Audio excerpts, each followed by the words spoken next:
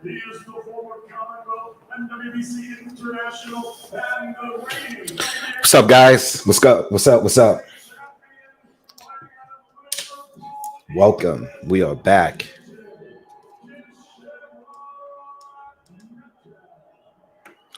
What's up, CMP?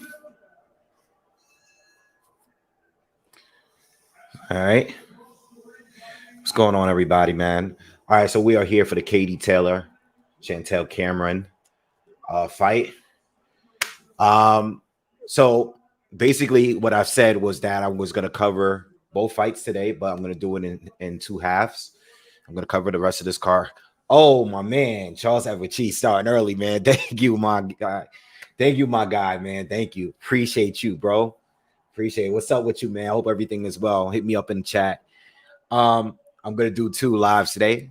I'm going to do this one, and then I'm going to take like maybe an hour and a half break and then jump back on for Devin Haney and Vasil Lomachenko. All right. How's everybody doing, man? Everybody hyped up. Man, everybody's really fired up about this Devin Haney Lomachenko fight, man. It's actually, I feel like it's being promoted the best that it can possibly be promoted. And I think it's going to do decent pay-per-view numbers, at least for them. All right. What's up, Pocket? What's good with you, man? Good to see you. Sean G, what's good with you, man? What's happening? All right, but yeah. So this card here, I went live earlier this week, maybe a few days ago, and I basically gave you a breakdown of this fight between Taylor and Cameron. And I told you guys that, I was still kind of undecided. I don't know, I'm still kind of undecided, but I decided to put a little bit of money down for these fights tonight. For this particular fight, I put a little bit on Katie Taylor winning. I think I'm just gonna go with my heart, and my heart says Katie Taylor is gonna pull out a close, possibly a controversial decision tonight. Also, I put a little bit down on possibility on draw. Okay, and for the Devin Haney Lomachenko, I've been, even though weeks ago, I basically told you guys that I think Devin Haney is going to win a decision. I wasn't sure if I was going to place any money on the fight because I was, I'm still like super 50-50 on the fight, but I put my money down today on Devin Haney winning a decision. I can definitely see Loma winning, but that is going to be my final pick. That's what I put my money on. I always tell you guys what I'm putting my money on, and that is what I'm putting my money. So I got Taylor by decision, hedged it with a draw, and I have Devin Haney winning a decision. Okay. Yeah, and you gotta remember, I'm not talking about how we're gonna view the fight. Both fights might be controversial. I'm not talking about how we see it or the majority of the viewers see it. I'm talking about how the judges are gonna pick it. And that's the way I got my money. That's why I put my money down. Not how I feel or any of us feel. I put it down on where I think the fight is going to go by the end of the fight. All right. Ralph says Cameron got this. Yeah, you know what? I ain't even mad at you. I think originally I was going to put money because I didn't like even thinking about putting money down on the fight. But I thought Cameron, I was thinking about just putting some down on her or possibly hedging it, but I'm just gonna go straight for Katie Taylor, man. I don't want to keep putting my money all over the place. I'm just gonna go with Taylor. CMP asks, how do I think Haney will deal with Loma in a later round? Like I said in the previous videos, I think that's my biggest concern on how he's gonna deal with Lomachenko and and Loma's pressure. Any fight, even though the fights that Loma lost in or the fights that I thought were really close, Jermaine Ortiz was the fight that I thought was close for Loma. And then you also have the Orlando Salido loss, and you got the Teofimo Lopez loss. Loma's never lost a fight in the second half of the fight to me. He's never lost a second half of a fight. So with that being said, that's including those three. So I'm curious to see how Loma does. I still believe that regardless of how the fight is going, Loma is going to finish stronger. Now, I don't know if it's going to be all 6 rounds of the fight, but 6 final rounds, but I think Loma is going to win at least 3 out of the last 4 rounds. That's how I see it. Right. Again, I think it may be controversial. I think it will be close. Um, I think Haney it really a lot of it depends on how Haney deals with the pressure. And I don't just mean I'm talking the mental pressure of Lomachenko coming forward, not throwing, just being defensive, but staying on your ass and forcing you to throw punches at him because he's standing right in front of you. That's the pressure I'm talking about. All right. And that's why I feel Haney cannot spend too much time fighting on his back foot. We know he can do it. We know he's comfortable in doing it. But in this particular fight, he's going to have to find a way to make Loma fight going backwards. That's the best chance he has in this fight and winning this fight. All right. Teofimo did a good job at it. Jermaine Ortiz did it, different certain points of the fight. He did a good job at it. Salido obviously, I don't like going to that fight because even though Salido won, we already know how that fight went. So, but that's what you need to do with Loma. Don't let him hunt you for too long. You got to mix it up. Don't let him just be on the hunt for too long. You have to stand there and you got to push him back a little bit. Even though he's a smaller guy, he seems to be always hunting these guys down. I think Teofimo did the best job at doing it, but Teofimo had a lot more power. You know what I mean? But we'll be talking about it all day. More people are going to come in, ask me about the fight. I wasn't able to do a follow-up video. I did a few days ago, but I didn't do a follow-up video from the weigh-in yesterday. I did see it. Obviously, I saw it. I saw the push. If you guys know, and just the way I am with this channel, I don't base the outcome of a fight on the weigh-in. You know what I'm saying? The weigh-in might tell me specific things like whether a fighter is drained or not, but I don't based on like who wins the weigh-in, who weighs, who wins, this and face-offs and stuff. I really don't think that. I think that a lot of that throws people off. Judging all Haney in the weigh-in against Kambosos, he looked drained. He didn't look that healthy. He didn't look that strong. But on the night of the fight, he looked great.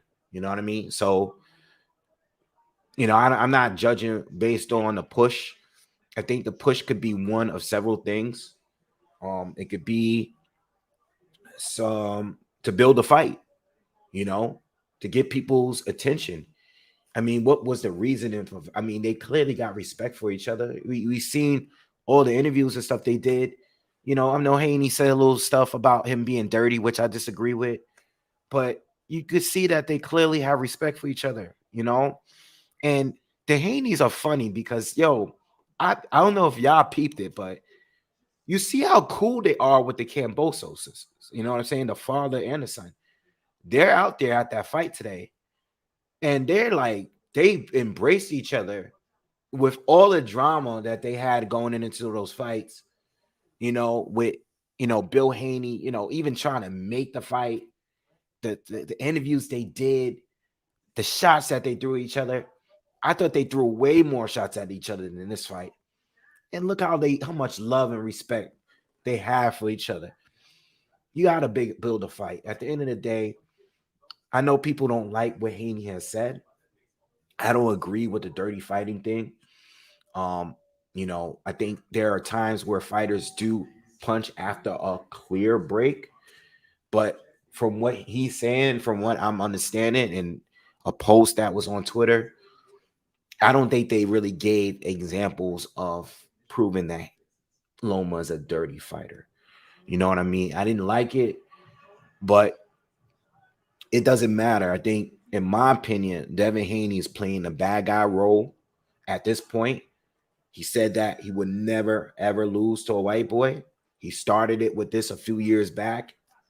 Um, he's called Lomachenko a dirty fighter recently, and now he pushed Loma a hard push, one of the hardest push we've seen recently, and a point where it wasn't even necessary. Like it's not even like that serious. Loma didn't even say anything to you.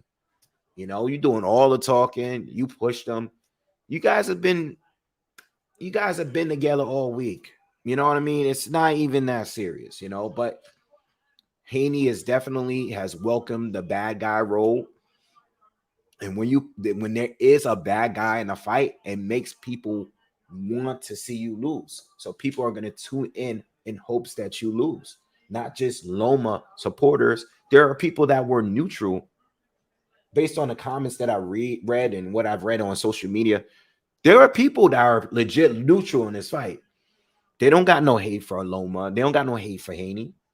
But now they feel like, you know what?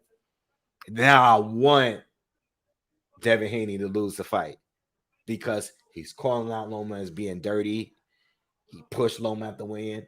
So now people are going to tune in hopes that he loses. Doesn't necessarily mean that they're going to pay for the pay-per-view. You know what I mean? But it means something. You know what I mean? So I think at the end of the day, to be honest, don't be surprised if these numbers do a little bit better than the Canelo fight because, nice right hand by Metcalf. Dennis Hogan looked like he getting worked out there.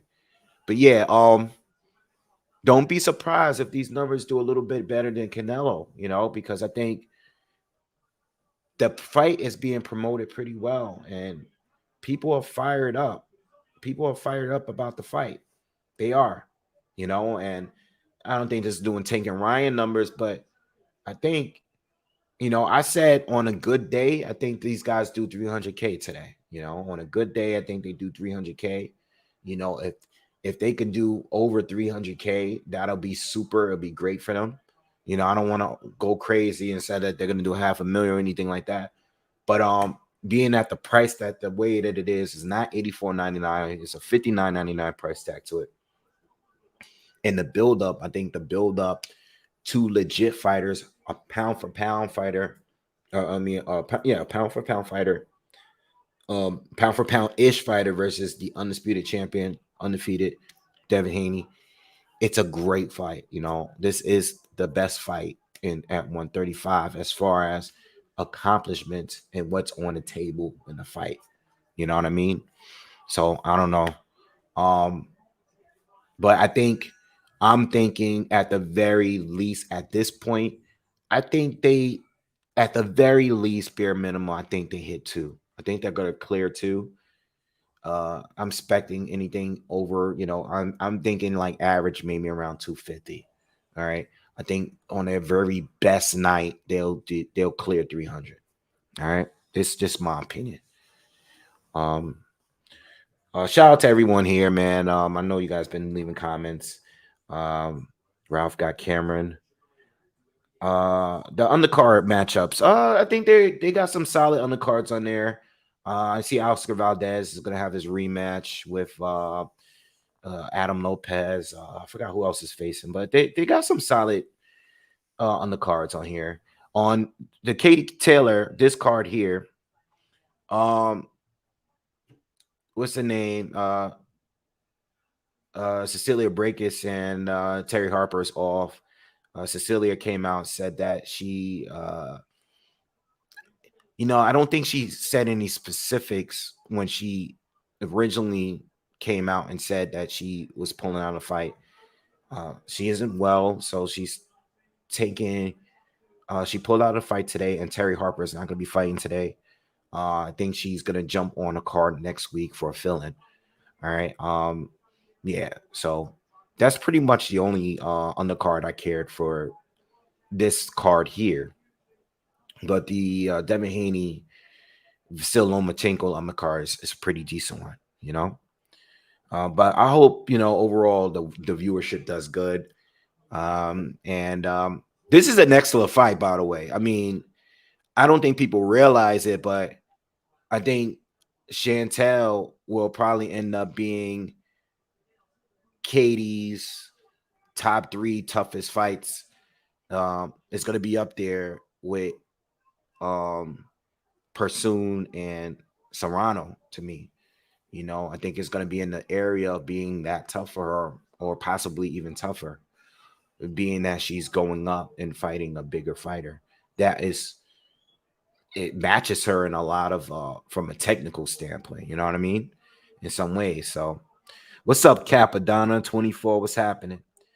Rotors, what's up with you, man? It's early. It's 4 p.m. here. What's up, John Doe? Optic Gamer and think Haney's gonna beat the hell out of Loma. Yeah, some people think that, but I've been getting a lot of Loma stoppages comments as well. You know, Gabriel Sanchez says Huggy Haney just doesn't want Loma to tag him after a clinch.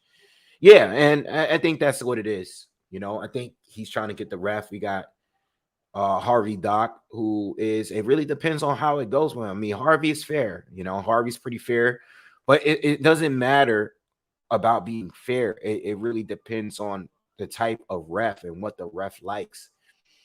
If is the ref going to break them immediately, or is the ref going to let them fight out of the clinch? That is a big thing, and it's very important. This is something I brought up in the breakdown. It is very, very important. I know we like to compare styles. I know we like to compare, size and accomplishments and resumes and all that, but the referee, and it's going to be a factor in this fight because Haney does clinch a lot. He does. It's part of neutralizing his opponent's offense on the inside. But not just on the inside, but even when Haney likes to come in, he'll shoot the right hand. He likes to tie up around the waist sometimes so you don't counter. You know what I'm saying? He kind of smothers what you throw back at him by doing that. With that being said, Loma is one of the best fighters that's out there that can fight out of a clinch. Is Harvey Doc going to get extremely involved into the fight? That's the question. We don't know. And that is, it could play a huge advantage for Loma, or it can play a huge disadvantage for Loma. Loma, as far as hitting out of the clinch, he's not 30. All right. So listen, if you guys break and it's not like a clean break where the ref is breaking up, there's a difference between a break, or a ref say, sometimes they say break, sometimes they say fight out of it. A break to me is like a ref getting in and separating you two. If you guys are still tied up, you're supposed to keep your guard up or at all times. You know what I mean? So at the end of the day, Devin Haney this is a fight. It's a fight. And one thing about me, I hate when the ref gets to him. What fight was on recently? What fight was we watching? I was live that we were recently watching. And I was like, yo, the ref was pissing me off. Maybe in the last month or so. And the ref is a big fight. And I felt like the ref was just way too involved in the fight. And it was messing up the fight. They just got involved in every single time there was the fighters. I want to see fighters fight out of the clinch. It's still part of the sport. It's a fight at the end of the day. The ref doesn't need to be too involved in the fight. That's a skill. It's a skill to know how to fight on the inside. It's a skill to know how to deal with their opponent who's trying to tie up. Lomachenko is a guy that is very aggressive when he feels that you're trying to tie him up, especially because he likes to fight in the rhythm, especially when the momentum is going in his favor. You know what I mean? There was a fight recently, though, where I was just basically yelling at the screen like, yo, you are too involved, ref. Let me pull up my recent lives. Maybe I can figure out. It might have been an undercard fight, so I can't remember. There was a fight, though, recently where I was getting annoyed at the fact that the ref was just jumping in all the time, over and over, and it was just annoying the hell out of me, man. Um, I don't know how many fights we got until Katie Taylor fights. So it's 4:20 p.m. here Eastern. The ring walkout is scheduled for 5 p.m. Eastern. So if this fight goes to full 12, and being that we're not getting the co-main event that we were supposed to get uh between Terry and Cecilia, maybe we'll go into that fight. I don't know if it's next. Maybe they'll throw an extra bonus fight in there. They do that sometimes. I really don't know. Um, but it's scheduled to start within the next hour. So we just gotta wait and see. Andrew says bad guy role will make Haney money, win or lose a fight. Yeah, yeah. And you just want people to keep your eyes on them. To be honest, man, and um, I really don't. Oh, that's what it was. Clarence, you just reminded me. I think it was it Plant and Benavides? I think it was that. It was Plant and Benavides. I think that was the last fight where I was like, bro, get out of the fight. It shouldn't be three people fighting. And I think it was that fight. So hopefully Katie Taylor and Chantelle is next. But yeah, I hate when a fight. Just let the fight go. I think sometimes where guys are holding for too long and they're not fighting their way out of it, like we're not getting any clean cuts, and these guys are just on the ropes, leaning on each other, breathing on each other. That's when the ref breaks it up. But when these guys are trying to land on the inside and they're working, give them a few seconds to figure it out on their own before just stepping in and breaking them up immediately, because it might play in an advantage of one of those fighters. You know what I mean? Because some fighters get their best work in. And I think in the video I did the other day, I was talking about the Omar Figueroa, the Figueroa brothers, and how Omar, when he was in his prime and he fought like Robert Guerrero, I was giving that was a random example that came up. But I remember him being able to land those uppercuts clean while, tied up. You know what I mean? Uh, did I ever live in Fairport? Nah, I don't even know where that's at.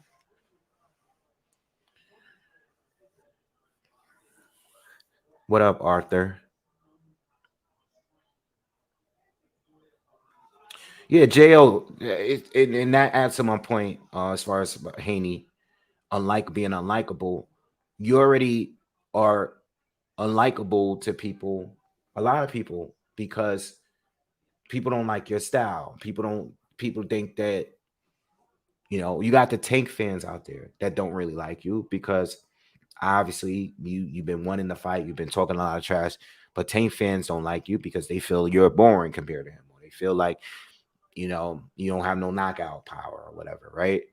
You got the Lomachenko fans that don't like you. Why? Because you call them, you say you never lose to a white boy. You said, he ducked you. You said he's a dirty fighter now. You might as well push him at the weigh-in. You might as well. I mean, I didn't like it because I think the pushes at weigh-ins are it getting kind of corny. I just think overall it's just everybody's doing them, and some people are getting like a little out of control with it. People have been injured at these face-offs where fighters getting pushed and stuff. So I don't really like it. Especially when there's not no real bad blood. It's getting corny at this point. I think one day is gonna be a really big fight, like a major fight, and somebody's gonna get pushed and injured at the face-off, and it's gonna change everything. They're gonna want to keep fighters separated. What's going on with Hogan? He's giving them a warning for holding. Oh, his mouthpiece came out. Oh, okay.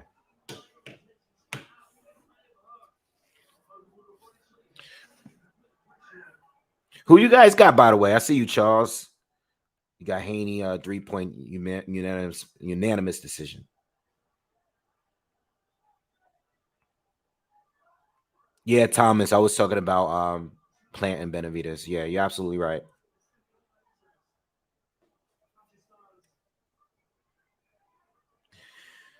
I think a lot of fans look at Haney as a dollar store Mayweather. I mean, I think that's unfair, man, because it's like Floyd, Floyd was such a phenomenal fighter. And I think that once people put you in that box, it's like now you have the pressure of being as good as him, and people are going to compare you to him, which is unfair. It's even unfair for Shakur Stevenson, who everybody's comparing him to as well. I mean, I've definitely compared them, just because of the defense and stuff like that. I don't think Haney fights like Floyd. I don't think he fights any version of Floyd. I think at one point they had similar facial features. Um, but I don't think he fights like Floyd, you know. I think Haney fights his own way. I think there's more similarities with Shakur and Money Mayweather, but Shakur don't fight like Pretty Boy Floyd, and Devin Haney don't fight no any version of Floyd, Pretty Boy or Money May. I don't know. I think it's just natural for us to compare people to Floyd. You know, I think that's what it is. Just says Wave, I asked business early. Do you think if Haney were to lose, that Tank or Shakur would take Loma in the next fight? I don't think Loma and I don't think Tank fights Loma. I broke this down in another live. I don't think he fights Loma. I just don't think it works out. I don't think if Tank feels. I don't think Tank has any desire to become undisputed. I think he cares about pay-per-view buys and making money and fighting quality fighters, but not actually being like the best. I think people just view him as, yo, I'm Tank, I'm the best. I got I'm earning it. I'm the face of boxing. That's what they care about. So when it comes to Lomachenko, I just don't see it happening. I don't think the promoters are gonna make the fight. But I do think if Loma does win the fight, I think Loma does face off against Shakur Stevenson. And I think Haney will probably go up to 140. All right.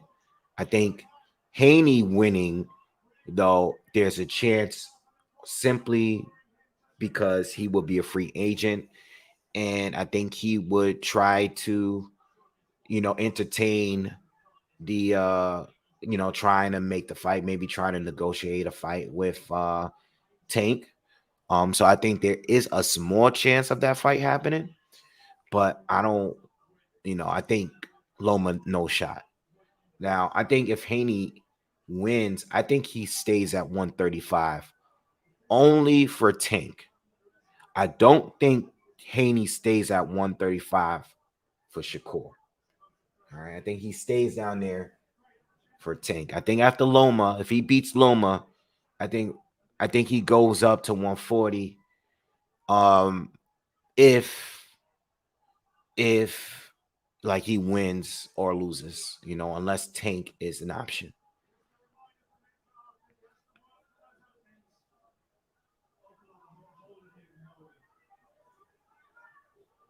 Watts says I got Haney, but I would not be surprised if Loma won. No, me neither. I got Haney.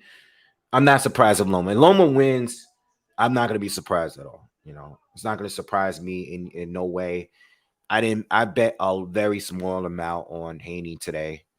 And even the same with Taylor and Cameron. I bet a very, very small amount on Katie. I'm not really confident. And these fights are very, very close fights to me.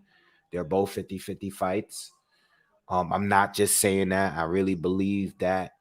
Um, and I believe it. I believe it based on, I say this, I don't know how, I always say this about Loma. I don't know how fighters are going to adjust to Loma's style. Some do well and some don't do so well. You know what I mean? Um, it really depends. I know what Haney can do.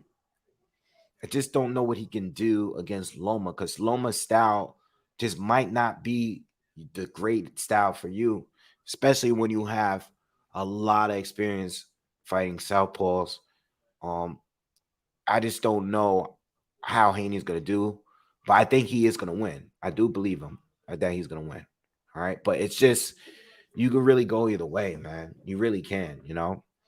Some people are more confident because maybe because they're fans of the fighters or whatever, but I think Loma's style could be very difficult, but I think the timing is now. I think it's more even now. A few years ago when Haney wanted the fight, I thought it was going to be Loma. I wasn't. It wasn't much for me to think about it, and I'm thinking about around the time when Haney was fighting Santiago, right? So around that time, I was like, yeah, Loma, Susu, Loma clear. But now I'm like, it's an even fight because Haney has gained experience, and I feel like Loma is just starting to slow down. You know what I mean? Colonian. I'm sorry if I said your name wrong, but thank you for donating. He says thank you for the great content, man. Always unbiased. Thank you. Appreciate you supporting. And I'm gonna try to continue doing my best to be as unbiased as possible. I'm biased sometimes though, but I tell y'all when I'm biased. You know what I mean? Especially for New York fighters. But yeah, I have my biases too, but I tell you how it is most of the time, just about all of the time. Um, yeah.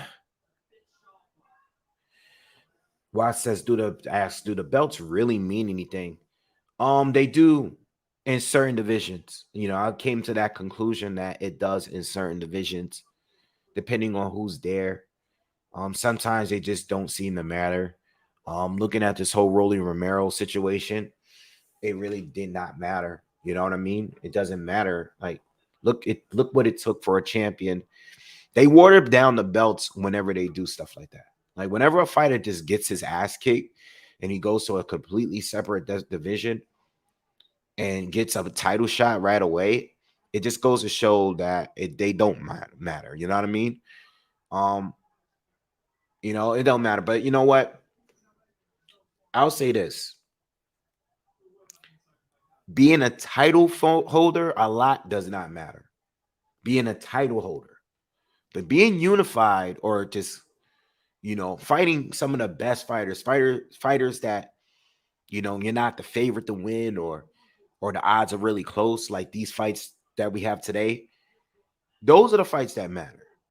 But those examples like the Rolly Romero thing, in that scenario, no, the belts do not matter. You know, so I don't want to go to the extreme and say they don't matter because they do. It depends on the occasion. It depends on the weight class. The fighters. It depends on if the politics are not. You know, Obviously the Rolly Romero fight was a play to potentially get Ryan Garcia in there.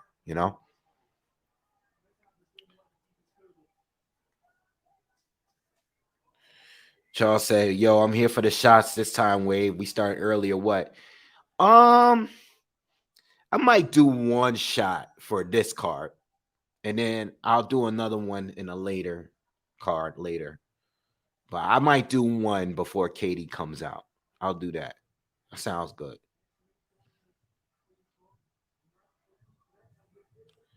Thank you, James. Appreciate it.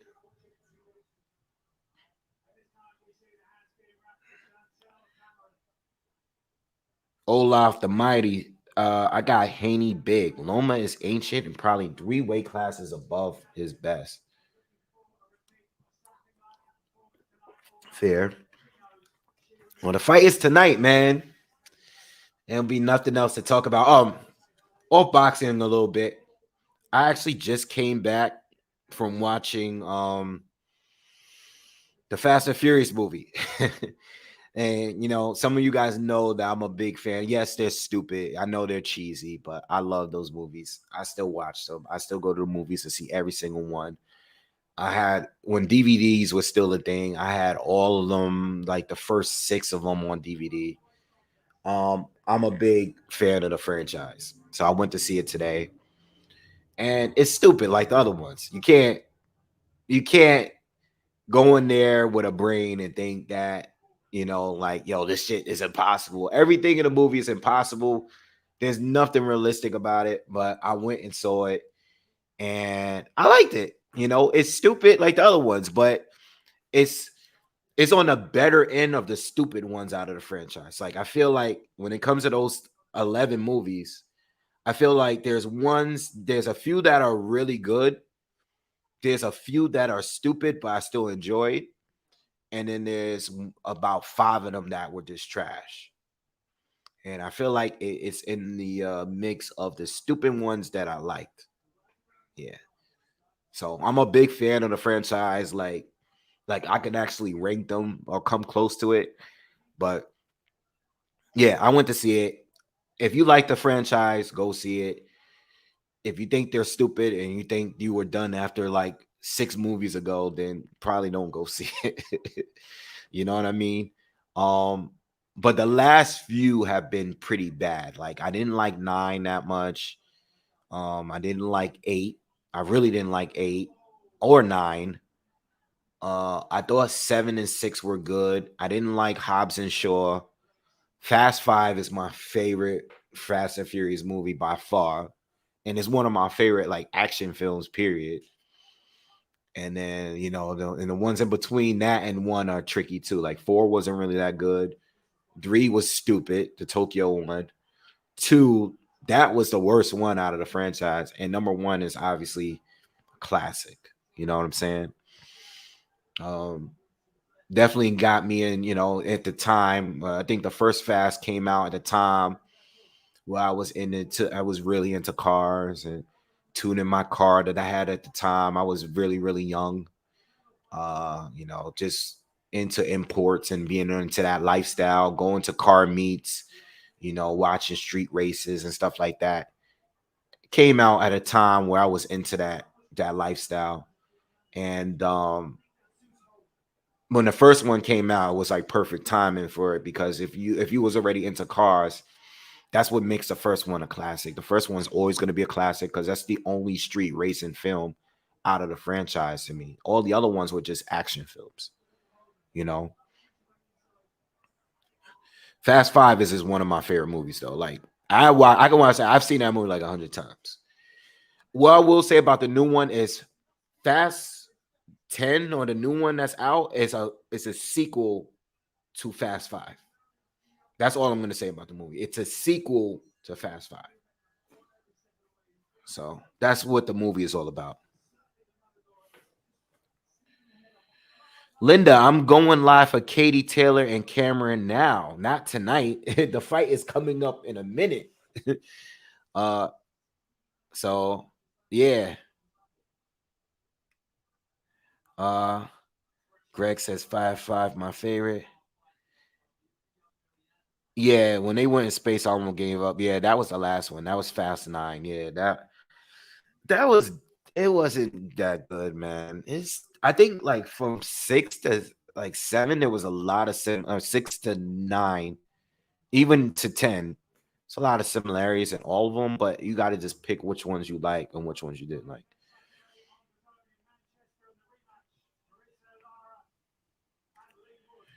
Gabriel says pay-per-view numbers show that Ryan is a star attraction, even though he's not a champion. So the powers that be want Ryan another Ryan fight with someone who he can knock out, being Rolly Romero. Exactly. It's all politics. All politics on that fight.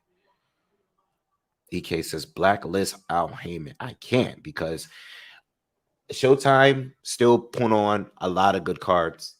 I like their cards. I like their undercards. And they've been consistent, I think some of their major fighters don't fight who I want them to fight. But at the end of the day, they give me like good boxing cards on a regular basis. Um,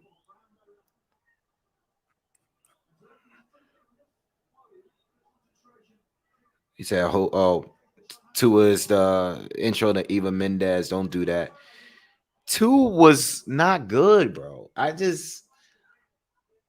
thought there was one scene in the movie that I liked, and I liked when the race when they were racing for the two muscle cars. Those two when they raced around the thing, that straight line race, and then they spun around the garbage pail. That was my favorite part of the movie. Outside of that, and this Paul Walker and Tyrese being funny, I didn't like the movie. I didn't like any of the scenes. I didn't like the early scene.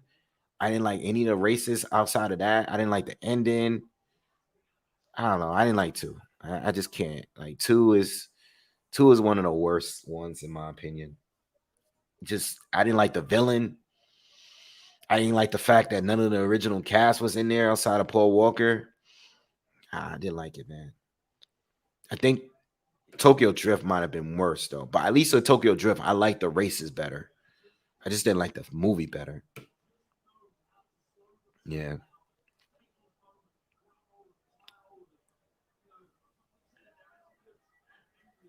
What's the next PBC schedule? Straight. I don't know. Um, I don't know. I don't know what they got going on next right now. Tokyo Drift I actually watched for the first time in a few years, like a couple weeks ago. It just happened to be on TV, and I was like, I like the cars though because I had a Nissan 350Z before, and um I love that my car was all in that shit. So I love that, and I love the RX-7, that the orange one. That might be my favorite car out of the whole franchise to this day. It looked like an NXX, but it was an RX-7 with a crazy body kit to it. That's probably my favorite car out of the whole franchise. So I like the drifting. I like the races through Tokyo, but the movie itself, like the people, I didn't care for nobody in that movie. You know what I mean?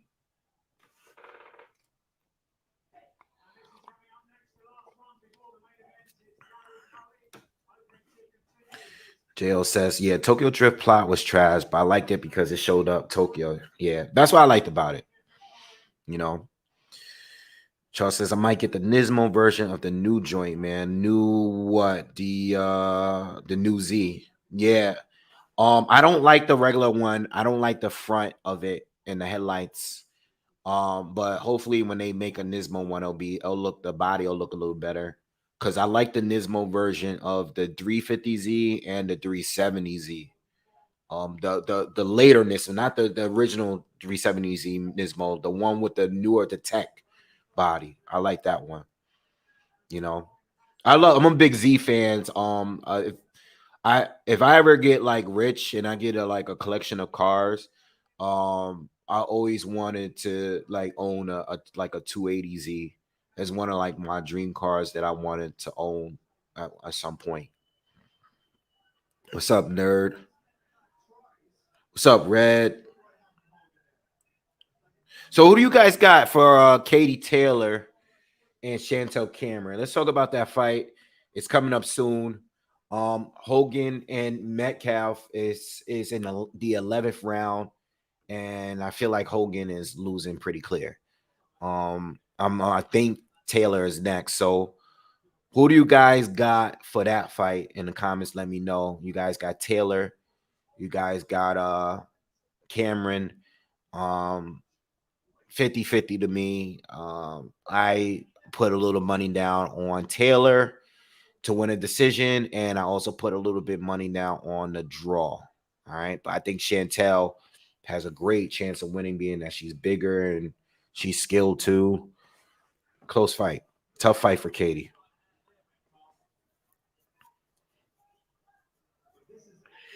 Joe asks, "Who's that in a black or white pick behind me?" Um, so let me grab it real quick because there's two of them here.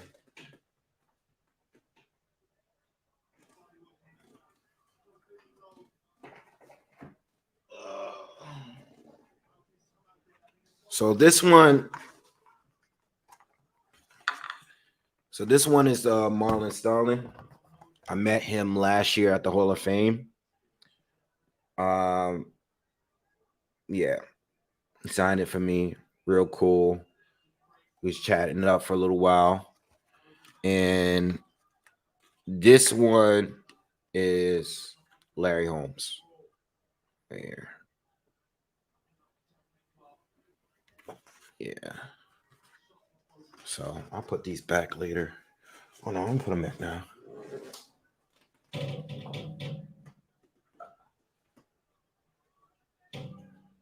Still gotta do a video just doing the whole thing.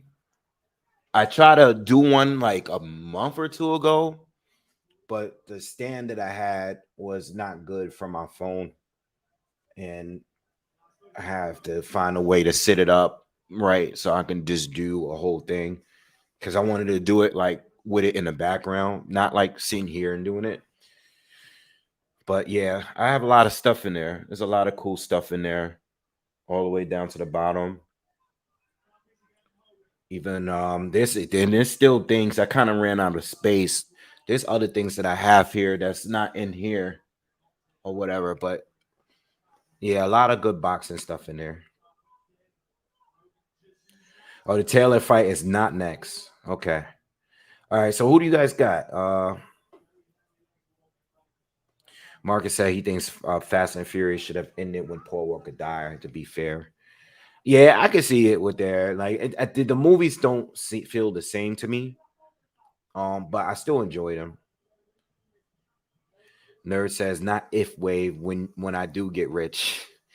Yeah, you're right. You're right. You're right. Marcus got Katie. Pocket got Taylor. But you never seen Cameron. Okay. Gavin says, who's the next fighter to pop dirty? Uh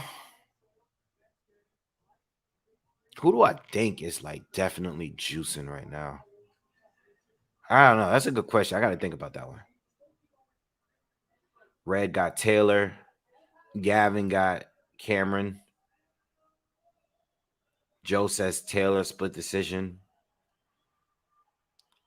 Gavin says draw big money. Pocket says the Magic Man.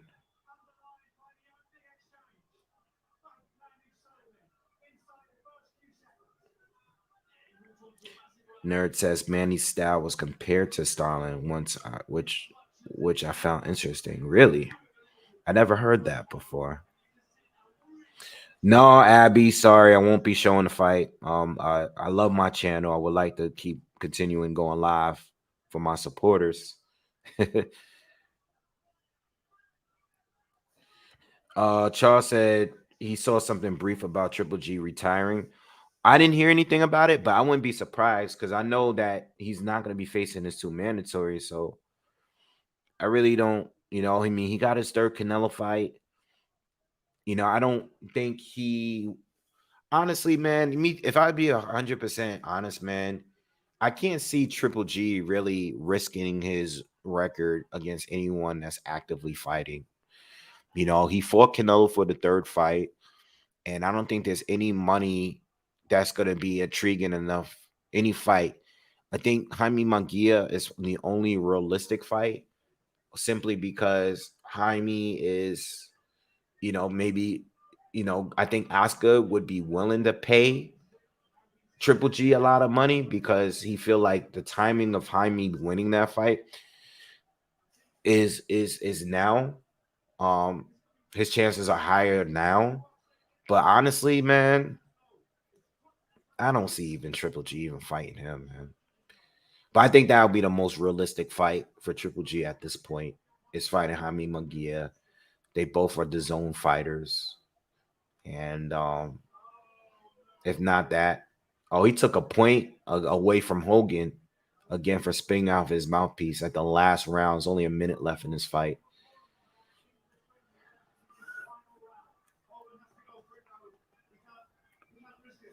Wax says Katie Taylor will win 100%. Yeah, nerd. I spoke on this earlier. I do think Devin Haney shoved them to sell the fight. There's no real heat between the two camps, and there's nothing there. You know, Loma didn't say anything. Loma just stood there randomly, just got pushed.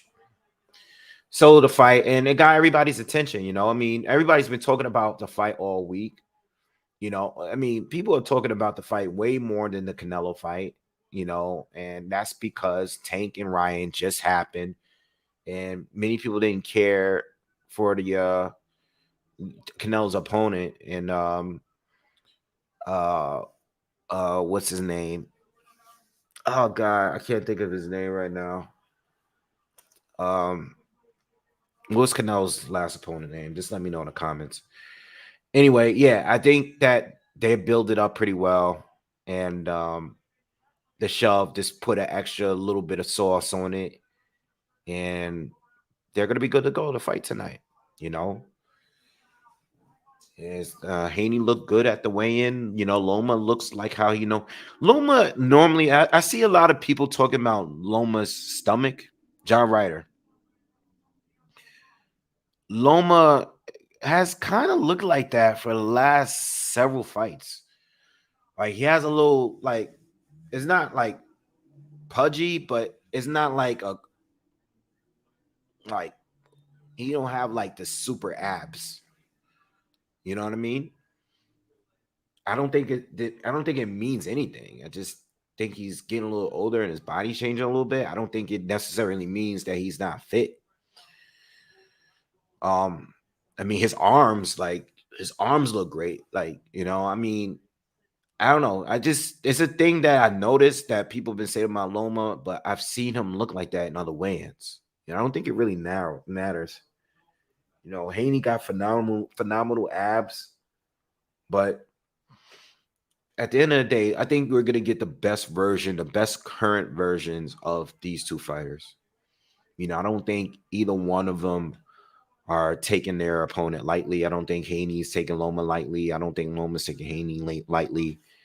You know, I don't want people to like they go too deep into the old like, yo, this fighter is not gonna be on his A game and weigh in, face off, who won the face off, who looks nervous, you know, the push and all of this stuff. You know, the push might mean maybe he's trying to get in Loma's head. I don't know. It could be that. It could be. I'm not saying it's not, but I don't know. Oh, Gary Cully's fighting next. I've seen him fight once before. Very tall for the weight.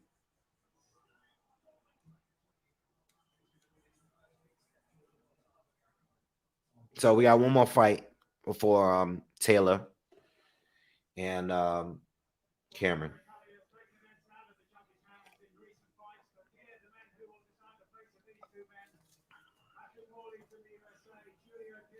He said, "Damn, no pause on that. I don't remember what I said. Whatever. Pause."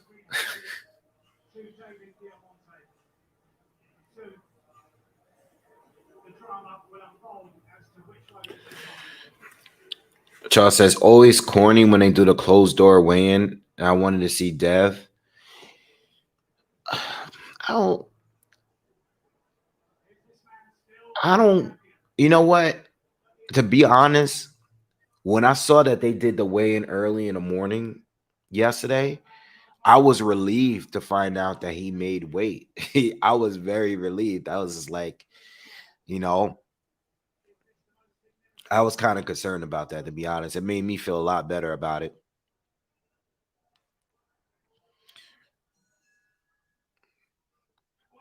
Let me see who wins this.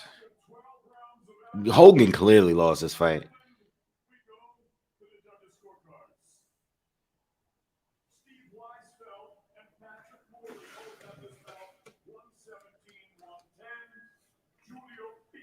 Got a draw in there. No, 117, 110. Unanimous. It's a clear win. Hogan didn't win.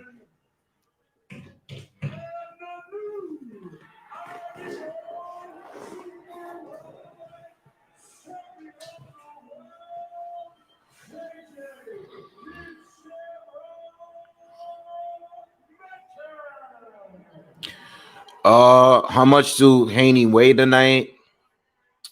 Uh, Haney probably weigh in about like. I don't think Haney is that heavy, man. To be honest, I don't think he's gonna be any more than. I think he's gonna be like.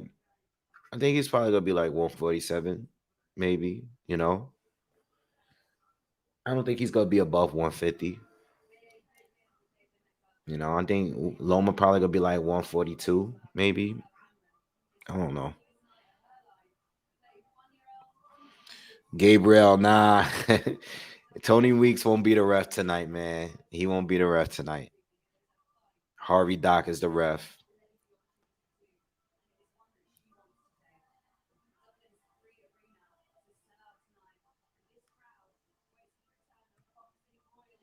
Nah, Jack Dempsey. I'm not showing the fight.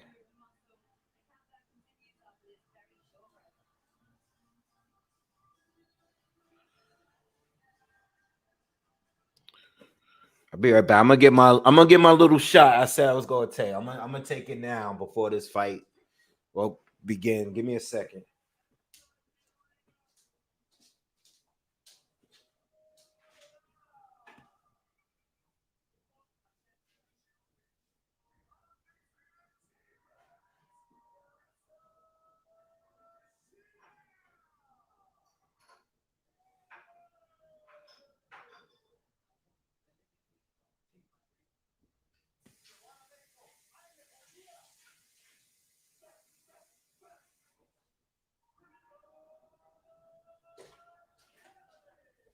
All right,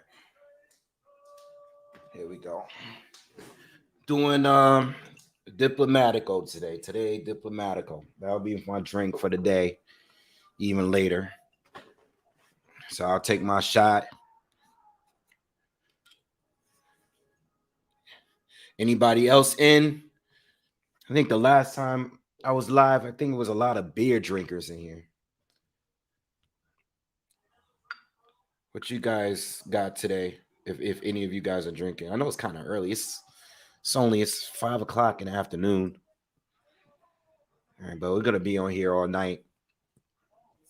I probably jump on a little early for Shakur being at this card. I'll probably get off for like an hour, maybe just to relax, and then I'll get on like a little early for the because they have prelims that start at 6 p.m. that starts in an hour, and then they have the main card on ESPN, and then they have the pay-per-views at 10 p.m. All right, cheers, everyone, cheers. A little money shot.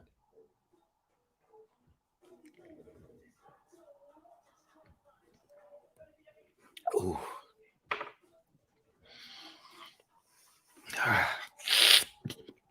Ooh. Where I say I'm sipping moonshine. El Chivo say he has Don Julio. Okay. Wax said he's smoking weed. All right. So somebody asked me the other day. No, somebody asked me last night. I was with some family last night, and they asked me about these heavyweight fights in December. Do I think it's real? And I don't know if it's real, but I do actually believe in Wilder and Joshua. I do believe in the fight. I think that they might really fight. I actually believe, I have some faith that they'll do it. They've both had their losses. Um, and I think they're both in a point in their career where they just want to make a lot of money before they leave and exit the game. So I do believe I'm not sure about Fury and Usyk. I actually have more faith in Wilder and Joshua right now than I do with Usyk and Fury. Just my opinion. I can see Wilder and Joshua actually happening at this point. You know, at this point, obviously Joshua have one other fight that would be bigger for him than Wilder, and that would be Fury. That would be definitely a huge British fight.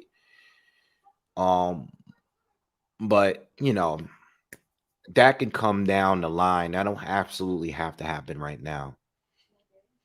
You know what I mean? I do believe Wilder and Joshua may happen this year. I just think like even if Joshua, because Joshua might be fighting Dillian White, even if Joshua, wins and he doesn't even look that great in a rematch, but he wins, I still think they will move forward and fight in Deontay Wilder simply because what do they both have to lose at this point? You know what I mean? Even if Wilder were to knock out AJ, I feel like they can still do a Fury fight in the future if they wanted to. You know what I mean? Just because of the bag, I mean, I don't know, man. I think the fight is realistic to me. Usyk and Fury, I'm not sure. I don't know what's going on with that. Fury seems like he really just doesn't want to fight this guy. He doesn't seem like he want to fight this guy at all. You know. Whack asks, what do I think about Tyson telling people public different things every day? I mean, I've said it all the time. Like Fury's always been that way. He's always been that way. Like he knows how he's a marketing genius, and he knows how to keep people out there, keep his name out there. Whether it makes sense, like people read too much in what he say, and I'd be like, bro, whatever Fury is saying has nothing to do with what's actually going on behind the scenes. He can contradict himself for the rest of his life. It's not going to change anything. It's not going to change anything. The outcome is already set in stone. Whoever he's facing next, they're already working on that behind the scenes. Whatever Fury tells us, man, he just telling us, he says whatever, man. He can do whatever he wants to do. You know? And I've never believed in Fury. So when Fury said crazy things, I didn't even make content on it like most of the time. You know what I mean? Um, I just don't care. If it's not like official, I don't care. You know what I mean?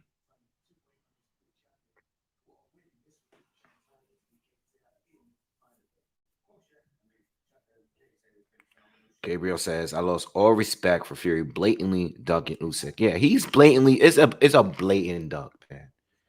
The guy has never had any issues making fights with anybody else, but Fury is always an issue with fights. He's all over the place. Fighting Derek Chisora for a third time is wild, you know. It's wild, the whole Joshua thing, and then giving, making people have, yo, I want to give me by Tuesday. I want, the fight better be done by Tuesday. I'm going off. Like that's when Fury starts talking like that, that means he don't really want the fight right now, you know? And the thing is, too, like, I think Fury beats Usyk. I think he wins, but it doesn't matter what I think. At the end of the day, he does not want to fight Usyk. He has no interest of fighting Usyk or becoming undisputed. In my eyes, he doesn't sound like a fighter that cares to be undisputed. He doesn't even sound like a fighter that cares for the titles that much. You know, he doesn't really care for the titles. He wants to fight when he wants to fight, and he wants things to be on his terms. So Gary Cully is going to fight next. He's probably going to score a knockout. Um, so I think we're going to have one more quick fight before Katie Taylor and Chantelle Cameron comes out.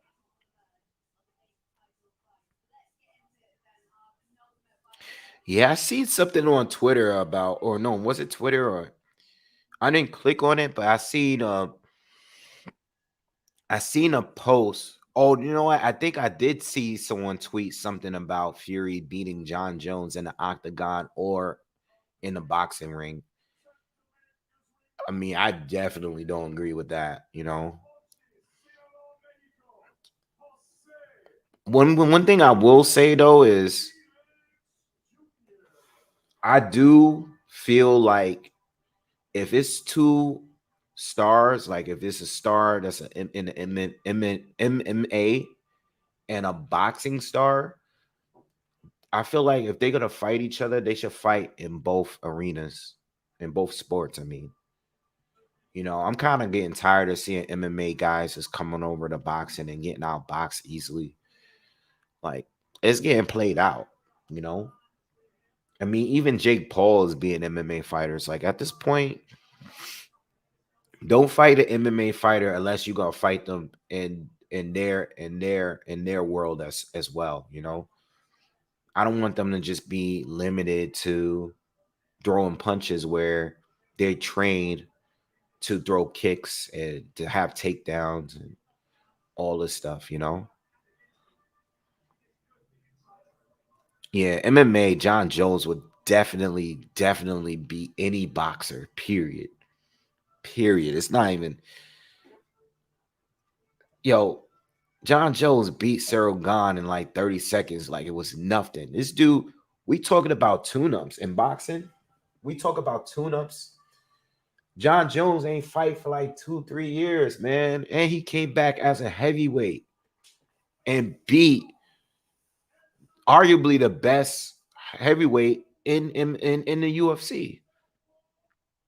Because Ngannou's not there anymore. So if you don't have Ngannou there, Cyril Gahn is one of the top 2 or 3 there. And John Jones did it easily. And that's one of the most athletic heavyweights, period. Beat it easy. Yo, but this is why I said about that fight before that fight went down. And this is why I picked John Jones at the very end of it. Because I know John Jones was going, everybody was thinking about him moving up to being heavyweight and how, he looked a little chubby as a heavyweight. His legs were still skinny, all that. But he's been fighting very athletic fighters all his whole career. So even though Gahn is athletic for a heavyweight, he's slow compared to the smaller fighters that John Jones has faced over the years. So it was nothing for John Jones just to walk him down and just grab him up. Like it was just yoke him up. He basically, that's what he did, right? He just walked up to him like, yo, just yoked him up real quick. Like, come here. Like he was his little brother, right? It was nothing, man. I don't know, man. John Jones is like unstoppable, man. He's phenomenal. I would love to see him fight Francis Ngannou though, but I don't think we're gonna get that now. I think it's over.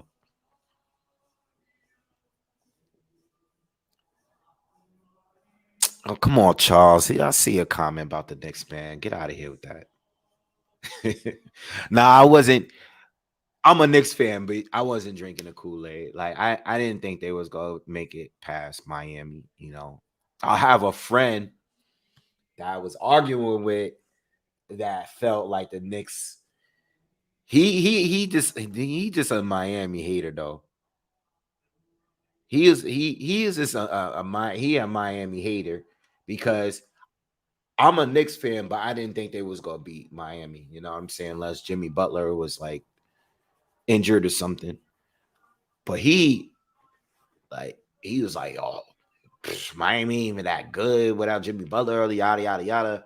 I was like, all right, but I feel like the Knicks right now, it's all on Brunson. If Brunson is not saving the team, it's not they don't really got nothing. If Brunson's not gonna do it alone, like RJ is inconsistent. I don't know, you know. I didn't think they was gonna win. But I didn't think Miami would be beating Boston up on Boston 2-0. That's crazy. That's crazy. Miami, yo, Jimmy Butler is, yo, we gotta stop sleep. Like, we gotta really start talking about him because playoff Jimmy is crazy. It's proven at this point. Like Jimmy Butler, when it comes to the playoffs, he's one of the best players in the league. When it comes to the playoffs. Seriously. Aaron says Denver is gonna annihilate LA today. Man, I don't even know, man. I'm a LeBron fan, but I'm not a LeBron fanboy. Like, I want the Lakers to win, but I don't think they're gonna win. They needed to win one of those games.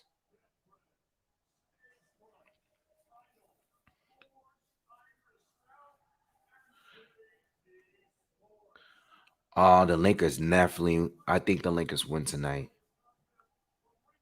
Let me say this. I think Lakers. I think the Lakers is gonna win one game in LA. It's either this one or outside. They're not gonna get swept, but they're gonna win one game at home. They will win one game. Before the series started, I had Denver winning in six. I don't know if they're gonna still win in six. I feel like LA needed to win a game in Denver, but now that they didn't, and they really should have won that last game. Now that they didn't, I think LA is gonna win one game at home, and it might just end in five. Or Aaron said they're getting swept. Damn.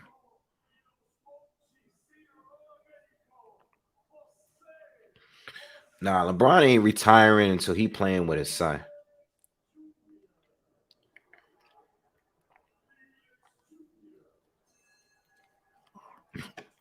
Anyone from Ireland in here supporting Katie Taylor?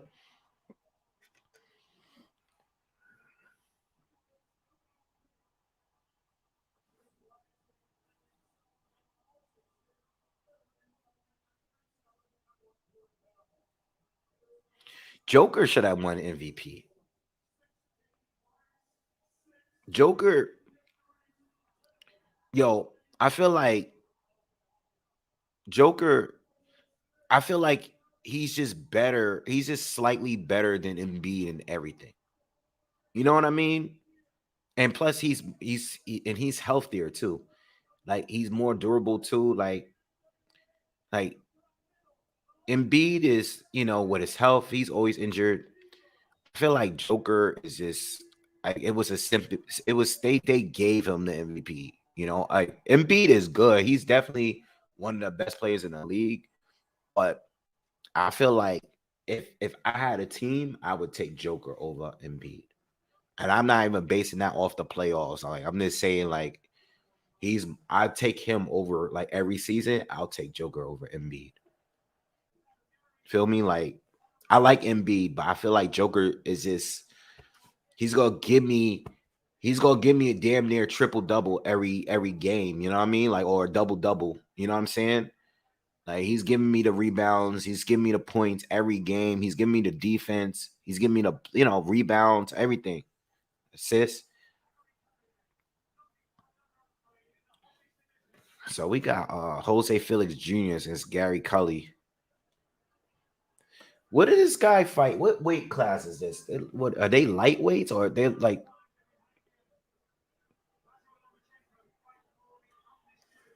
Let me see. Yeah, I think he's a lightweight. He's like a 6'2" lightweight. Let me see how tall this dude is. He's 6'2". He is 6'2". And they are fighting at lightweight. That's crazy. I'm 6'2". How do you make 135 at? Yo, that's crazy. I don't know how long he can stay at that weight. How old is he now? He's 27. He ain't even that young. Being at 6'2", fighting as a lightweight is crazy. And he's a southpaw on top of that. He's huge compared to his opponent.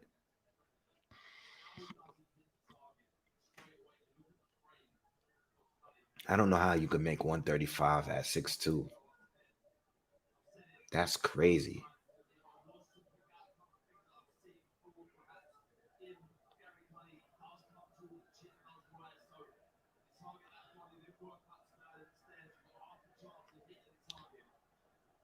You got to do something. You got to just like in a fight like this, Felix, he could just got to have to time him with a big right hand.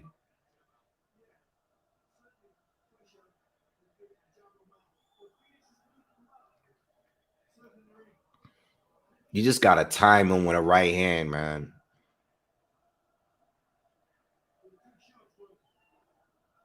They both just bouncing around throwing jabs.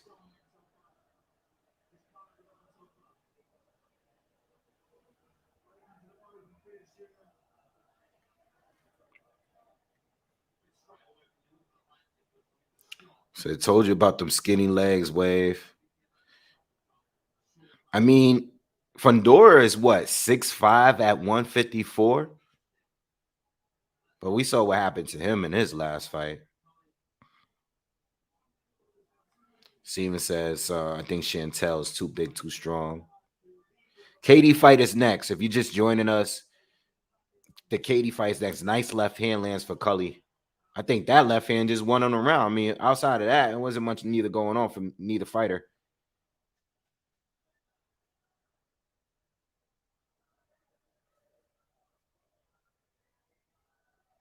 Felix already looked like he has a little swelling in his left eye.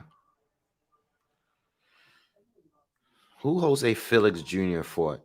He looks familiar. Oh, he lost to Sandor Martin and Tyrone. He lost his last two.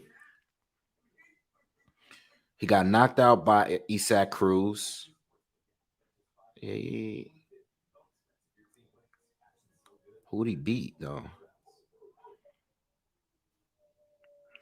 I don't see any real names on this thing.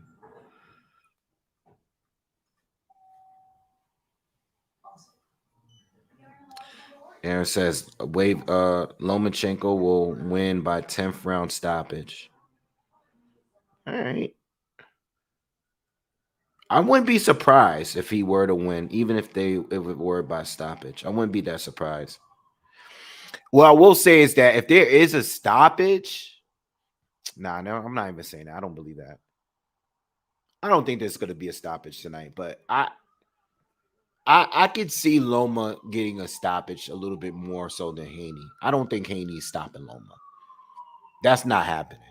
I think that if there is a stoppage win, it'll be by Loma. I don't think Haney stops Loma. Like Haney will have to. I just don't see it.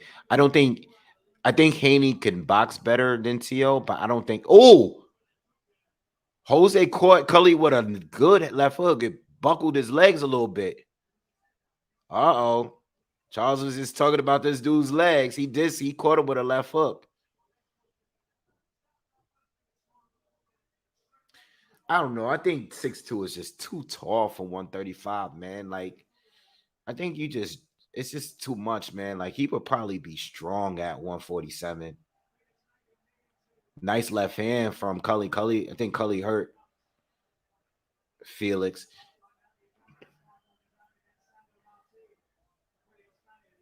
Oh, Cully caught him with a check right hook.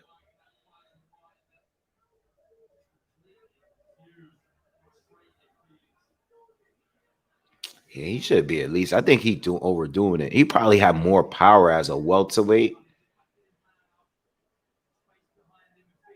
or like a soup or at 140 at least. I mean, if he could make weight, he could make weight. Nice exchanges between both. Cully's getting the better of the exchanges, landing a couple hooks there. Good round from both. Both are letting their hands go. A little bit over a minute left in the second round.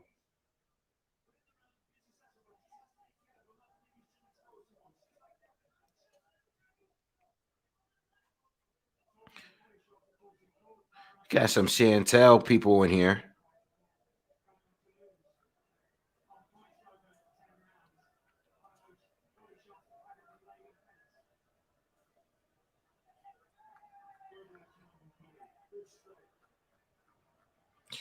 This guy, Stephen O, comes in and says, is this one of those pro PBC channels?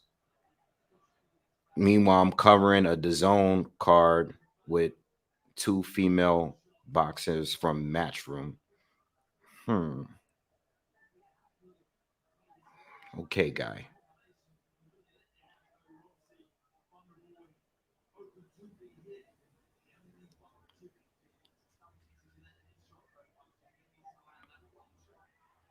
Uppercut from Cully. Good round for Cully.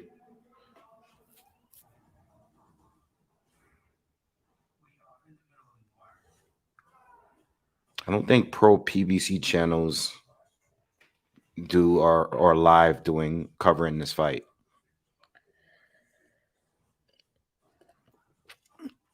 Yeah, Aaron, I saw your comment about going to the zoo fight. That's what's up. That's a good ass fight. I like that fight. It should be a pretty good fight. Are they doing that in a stadium too, or are they just doing that in an arena? I think Katie's gonna win. I'm not sure. What's up, Keith? Everything is great.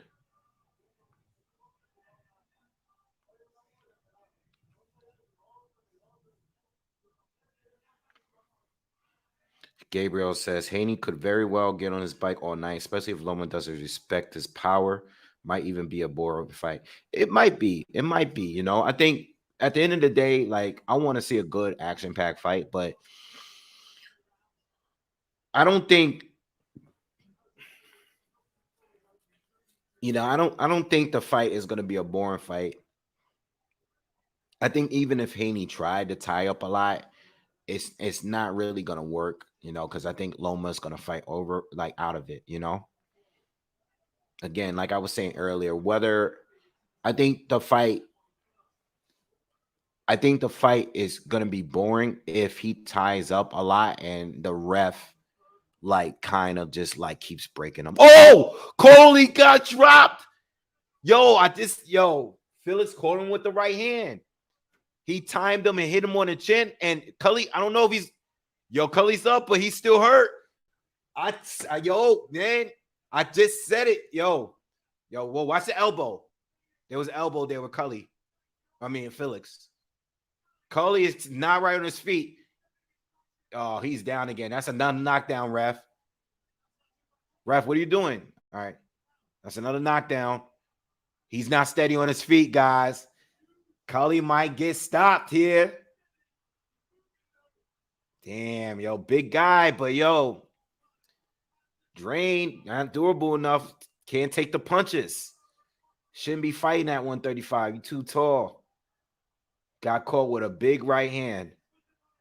And that was in the first. There was another punch that Felix landed that buckled his legs a little bit in the last round.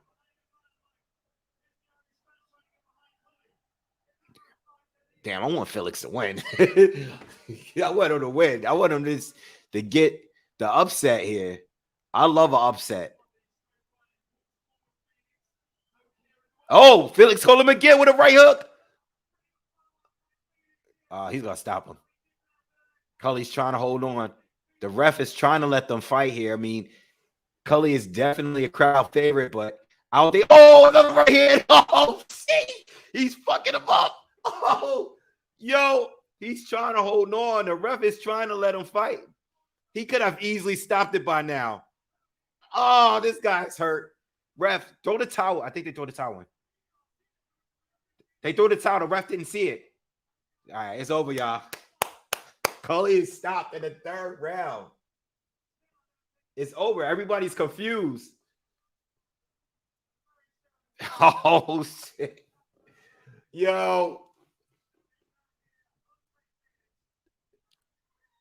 Aaron, thanks, man. He says, thanks for another great commentary, man. Harvey Doc is a great ref, and I don't think he will fall for Haney's tomfoolery. Thank you for donating. Yeah, I think Harvey, and a couple people reached out to me asking me about that. I think I've really never had an issue with Harvey Doc. But yeah, the fight is over. Cully has been stopped in the third round. He got beaten bad in his third round. Oh my God. And the ref gave him all the time he needed to recover.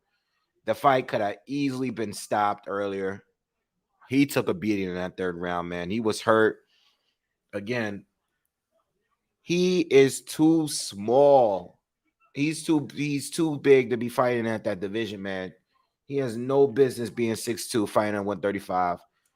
As soon as he got caught with a couple good shots, he was hurt. And this is not from a top-tier fighter. He got his chin checked.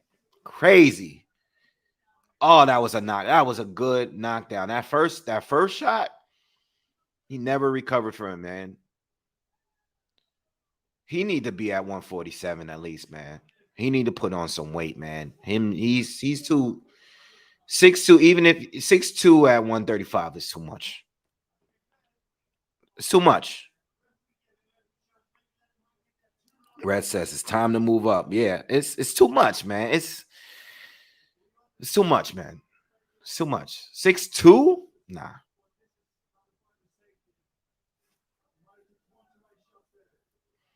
And you're not even fighting a top contender. You're fighting a guy that's just coming off of 2 losses.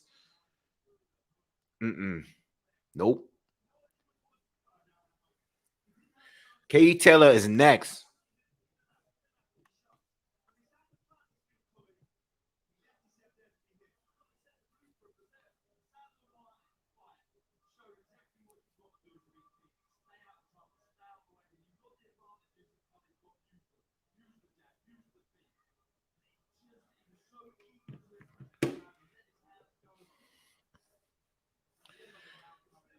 Um, a lot of people got Cameron in here, which is good.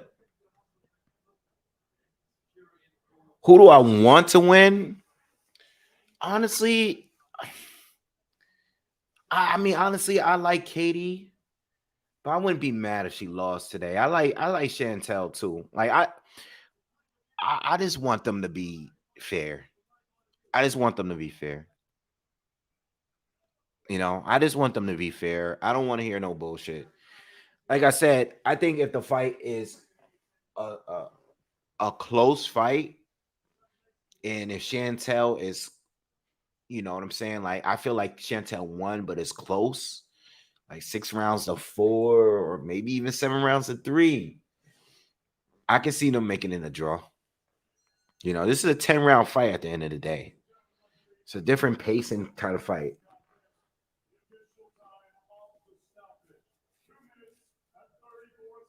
Yeah, he got to move up, man. What's the point in try to fight smaller guys if you're not going to be 100%? You're not going to have the power. You're not going to have the durability. You're going to be drained. You have to be drained to be 6'2" at 135. That's insane fighting at 135, cutting that much weight. He should be at least a welterweight, I think. You know?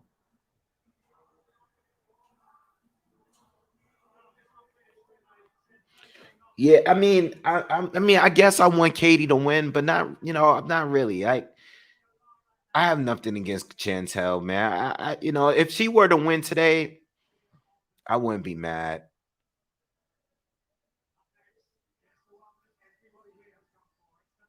Like I want Devin to win, but if Loma wins, I ain't gonna be mad. Like I think if Loma is to win, that would be a great way to like. I don't think he's gonna retire, but for the people that still feel, and I said this the other day, there's a lot of people that still feel that he's been overrated this whole time. It would solidify. It would help him solidify his career too. Yeah, I know he's a 3 division champion, but it will help solidify his career too. You know what I mean? So I think I wouldn't be mad if Loma won. I've always loved Loma on this channel. I love Danny. I love Devin Haney too, though.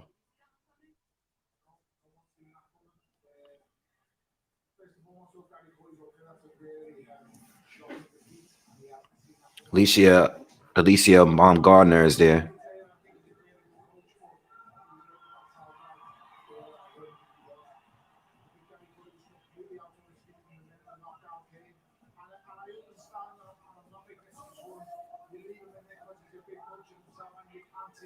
It's gonna be a tough fight for Katie. I think if Katie fights extremely smart, like she don't have that much room for making mistakes and getting into wild exchanges with Cameron. I think if she stays off the ropes, I think she can win a decision. I think of her speed. I was hoping, like I said the other day, I was hoping she didn't put on too much weight tonight. Um, I figured she was gonna be right under 140 at the weigh-in, but I was hoping that she wouldn't be, like coming in tonight too heavy because you don't want to be slow. You want to be on point because Chantelle got quick hands. She could box really well too. She can counter well. She's bigger at the same time. Like she does it all too. So you fighting someone that's very similar to you, just bigger. It's just a bigger version of yourself. And I think as long as she fights a smart fight, she can win. And Chantelle on her end, I think Chantelle just be a little bit more aggressive. You're fighting a smaller fighter, push her back, make her engage with you. So you can take advantage. You probably hit a little harder than Katie. So being that you're bigger, you hit a little harder. Like, you know what I mean? Like, take advantage of that. You know.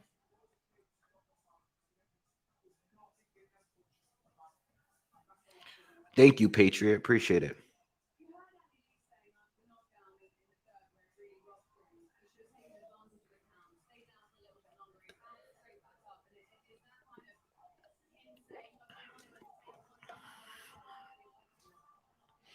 Yeah, like if Katie fought Amanda Serrano smart the entire time, like she did in the earliest rounds and how she did in the later rounds, she would have won pretty easily. Like she would have cleared an easy 8 rounds. You know what I mean? But she wanted to go into these exchanges and it made for a great fight. It made for an excellent fight, one of the best fights of the year. But man, she almost got knocked out. You know what I mean? Um, but I don't think Cameron is as good as a pressure fighter as Pursoon and Serrano. I still think that this is going to be a chess match for the most part. I think you're gonna have moments where they're both going at it, but I feel like this is gonna be more of a chess match between these two. I know Chantel was bigger, and I know she's gonna try to impose her size on Katie, but I think Amanda and I think like Pursoon were better like pressure fighters. You know, like Serrano is always like she's very very flat footed. She sits down on her punches a lot more. She's coming forward. She's not like super defensive or anything like that. And neither was Pursoon. Like Pursoon was always just coming forward, not really defensive. I don't think Chantel is like them. So I think this is going to be more of a boxing match. And the reason why I'm picking Katie is because I think she's slightly more talented, but she is getting up there in age. She is 36 years old, and she is a smaller of the two. So that's why I think it's a 50-50 fight. Like, I'm not arguing with anyone that got Chantel winning this one. And if Katie is to lose today, it won't be a bad loss. Like, she'll just send you. Your titles are not on the line. You just be going right back down to 135 if you lose. You know what I mean? I mean, this fight was supposed to be a Serrano rematch anyway. So yeah.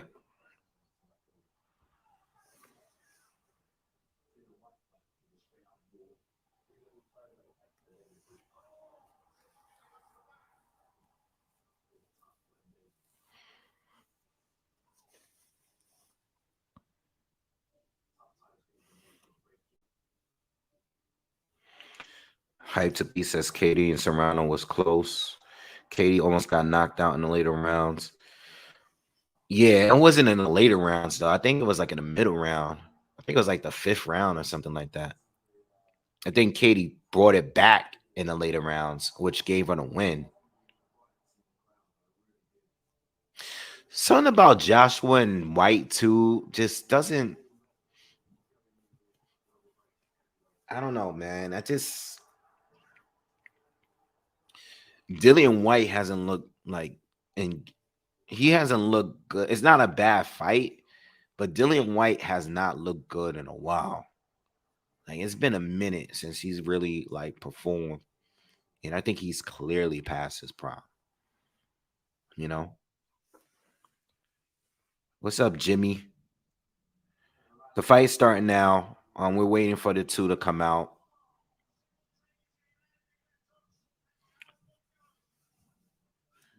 I do like the UFC, but I'm very casual with the UFC now at this point.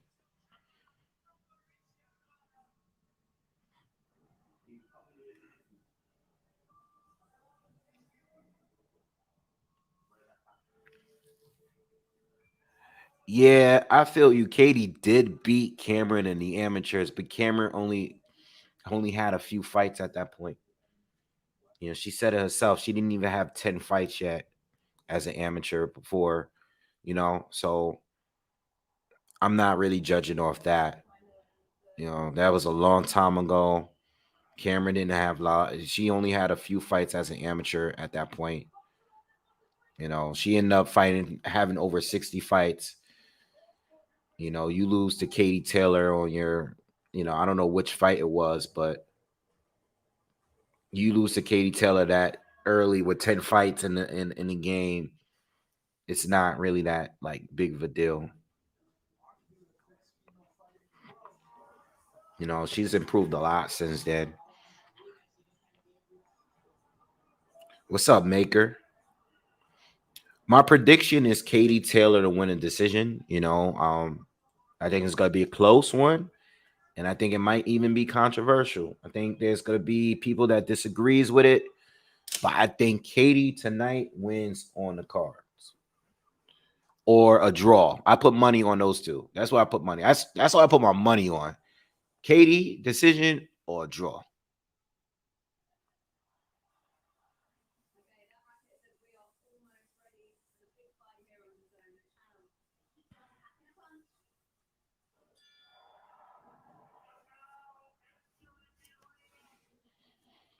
Matt says, to be fair, Dillian, he's shot now because he was used as a shield for a lot of meaningful fights. Wilder and Fury could have made. Um, what do you mean? I'm not really understanding. He was used as a shield for a lot of meaningful fight Wilder and Fury could have made. Like, give me an example. Thank you, H. Appreciate it. Hope you like the channel.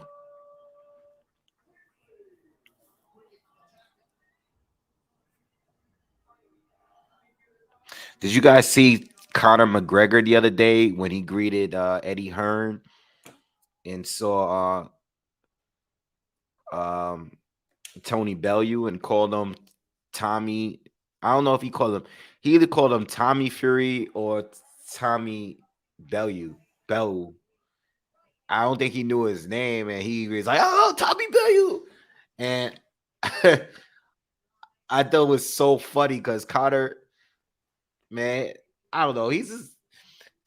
I'm not no Conor hater. Like, I think Conor is funny. I like Conor McGregor. I've never had anything against him. I think sometimes he acts like an asshole outside of sport. But I really don't got nothing against him like that. Outside of sometimes when he get into like a little trouble and stuff, he sounds like a little arrogant sometimes. But I mean, he's mad funny though, and I do like his fights. Yeah, I'm doing commentary on the Katie Taylor fight. It's about to start right now.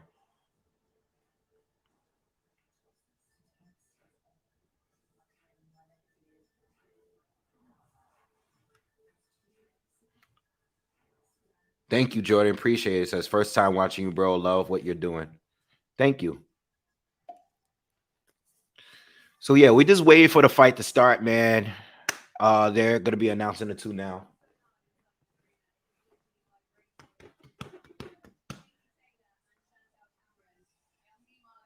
Time is at 5:40. So like I said, after this fight, in this fight, we're probably gonna be on here for another um I will be back live like around 7:30. So I think when I get off, I think by the time I get off, it'll be about 6:30. I'll probably be back on like in another hour after that to do the Devin Haney Lomachenko card. I'm just gonna chill, wind down for a little bit because that is gonna be an extremely long card, and I feel like that fight probably won't start until after 12. They got John Ryder in the crowd. Yo, did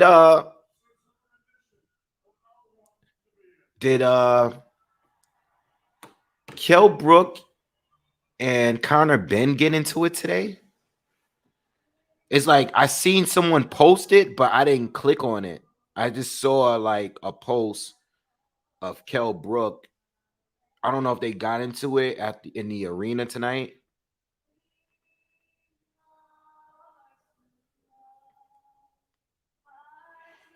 This is not televised on any of the Irish TV. That's crazy. How?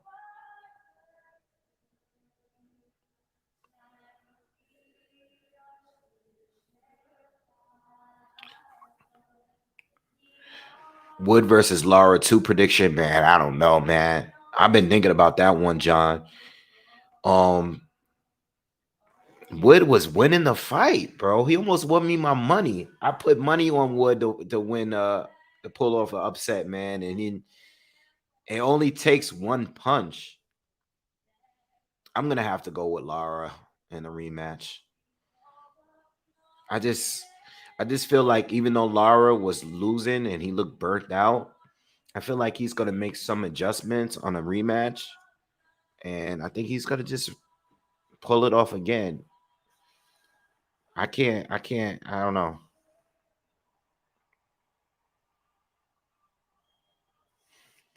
I'm surprised that arena doesn't look small, at least not here, but I get what you're saying. I don't know why they wouldn't televise this fight in Ireland. This is a big deal out there. A lot of Katie Taylor supporters in here. A lot of Chantelle Cameron supporters too. Yeah, I know how strict they were with women's boxing in Ireland, so that's probably the politics and all that. I think they don't want it to be a big thing.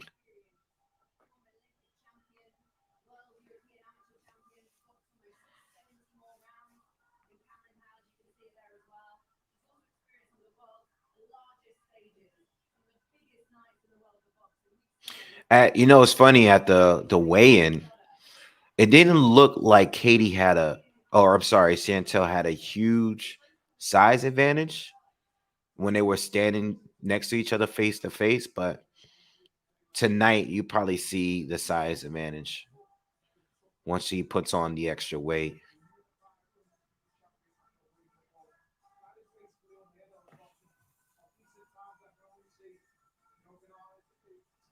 Looks like a pretty dope event though, regardless of it not being in like a major arena. It looks like they still was able to fill all the seats there. I mean, listen, if I was in Ireland, I would have been at this fight.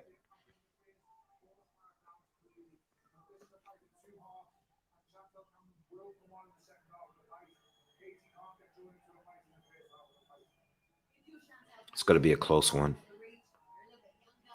It's on the zone. I'm watching it on the zone. James says, unfortunately, women's boxing in Ireland gets zero recognition. Katie played for Republic on of Ireland soccer team way back in the early days. Very talented young lady. I mean, her story is crazy. You know how she had to basically sign up and fight as a male in order to box. Because they just wouldn't allow females to box. She has a dope story. You know, but I guess it's still even with that her being successful and being a star. At least she was able to get a fight in back at home. Because she hasn't fought at home all these years. So at least she's able to go back out there and do her thing.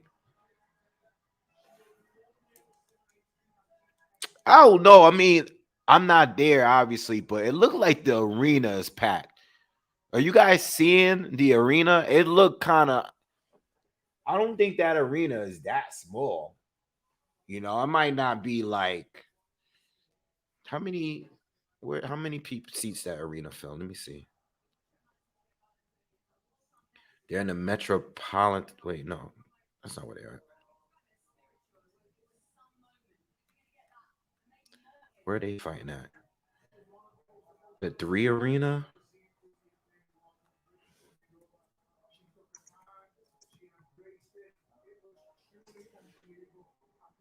Oh, it's an 8,000. All right, so I guess it is. The capacity is only 8,000, but I mean, look at the seats though. It's not one empty seat in that place. I mean, all 8,000 people there. They probably would have definitely done like double that if they were able to get a bigger arena. So I see you. It don't look good. It don't look small on TV though. Oh, so I get it. It's not like a full round arena like this. The ring is on. It's like against almost near like a corner, so everybody's viewing it from the sides. It's like how you go to the Hulu theater in Madison Square Garden. It's like a mini theater, and basically the ring is like in front, and everybody's viewing it from behind. It looks like a lot of people is there though, but that's those camera strips because sometimes some of these events be dead. They're like the seats will be empty, but they know how to make it look like it's full. Like I've gone to fights at the Barclay, and basically in a Barclay, whenever they're not using the upper like the upper seating, they'll just put black curtains all around it. So you can't see that there's not people up there. Like there's way more seats, but they only have like the lower levels where you can have seating at. It's not the upper levels, if they can't sell tickets. So and the cameras will never like focus on the upper area where no one's sitting.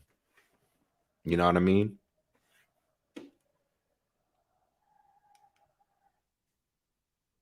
Let me reboot it.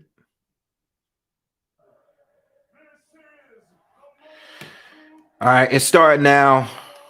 Please, please, everyone is here. We have over 350 people here. Please, everybody, do me that favor. Hit the thumbs up for me real quick. Let's get these likes up, man. All right, so we can get more traction to the channel. I don't think there's a lot of channels covering the fight today. All right, so do me that favor and thumbs up for me real quick. Appreciate it. Um, we got all these people in here, and I don't even have 100 likes. Get me up to at least 200, man. If you guys can do that for me real quick, just hit the thumbs up. All right, I haven't asked all video. Thank you. Um, yeah, I don't think there's too many channels talking about it. I mean, there's obviously going to be a lot of channels covering the fight later this evening. But yeah, this I'm just checking on my YouTube, and there's only very few channels. There's only like 3 channels that I subscribe to that's doing a live right now. Oh no, there's some more. See, seeing Ring IQ, he's on live. He got some people in there. Boxing Beats and Rhymes is on. He just got on. Some couple people, but all right, Chantelle Cameron, she's coming out. She's doing her ring interest now. All right, before we start, um, real quick, everybody in the comments, drop who you got winning.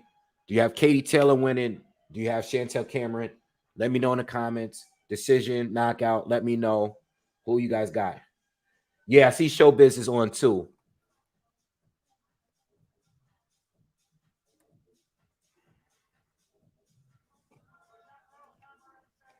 Let me lower this down a little bit with the music.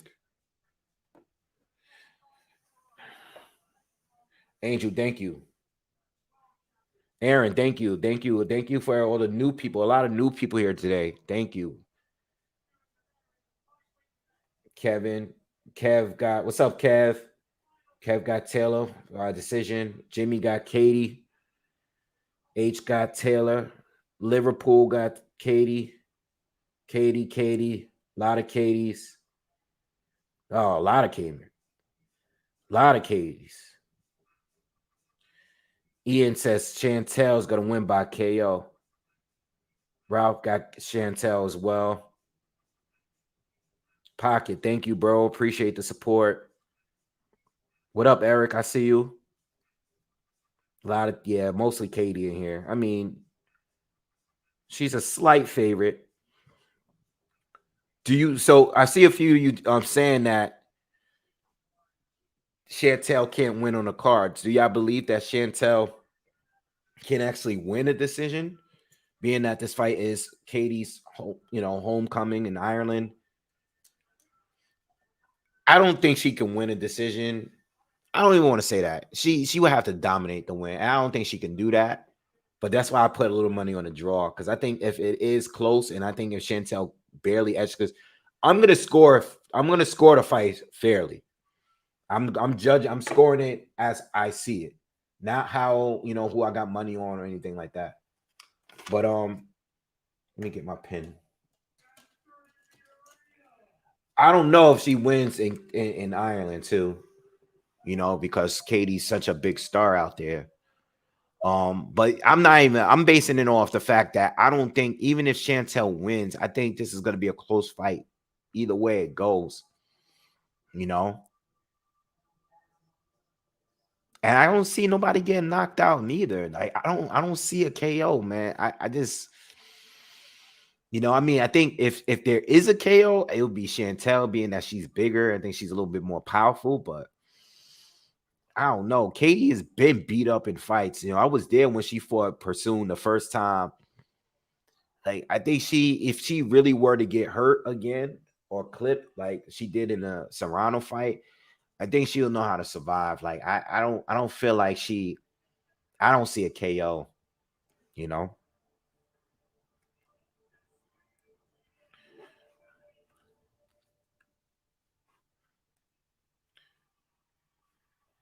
All right, here we go. Katie's coming out now. She's doing she just left the dressing room.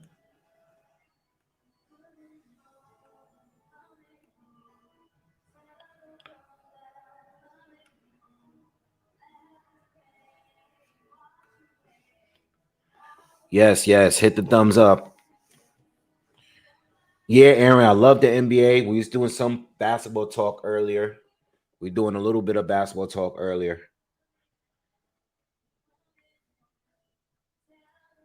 That's a damn shame that you guys can't see the fight in Ireland. That's crazy. No, I'm not turning the camera around. It says in the title, no fight footage. I can't show the fight because I will get shut down. Hey, what's up, Mr. Classic Metal? I see you.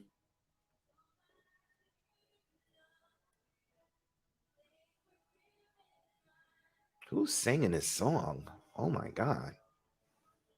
Let me lower this down. Eek. How would I left that?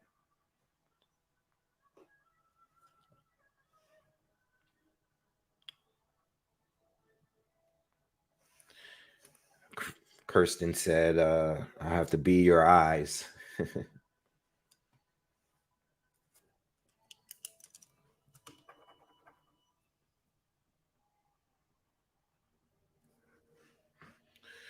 All right, Katie's finally out.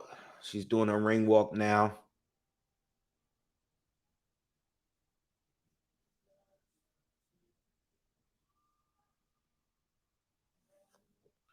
I want to see a Serrano rematch.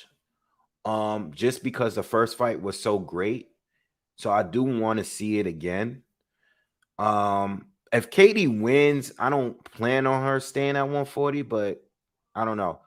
I do want to see the Serrano rematch. But I would also like to see the Alicia Baumgartner fight. I would like to see Alicia go up and fight her too. That would be cool. I would love to see that fight as well. And that's just about it.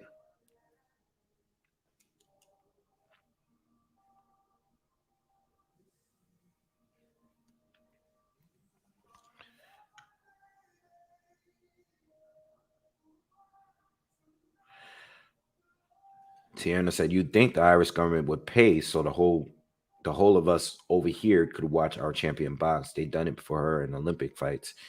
Yeah, that's wild. I don't know what's going on over there with that."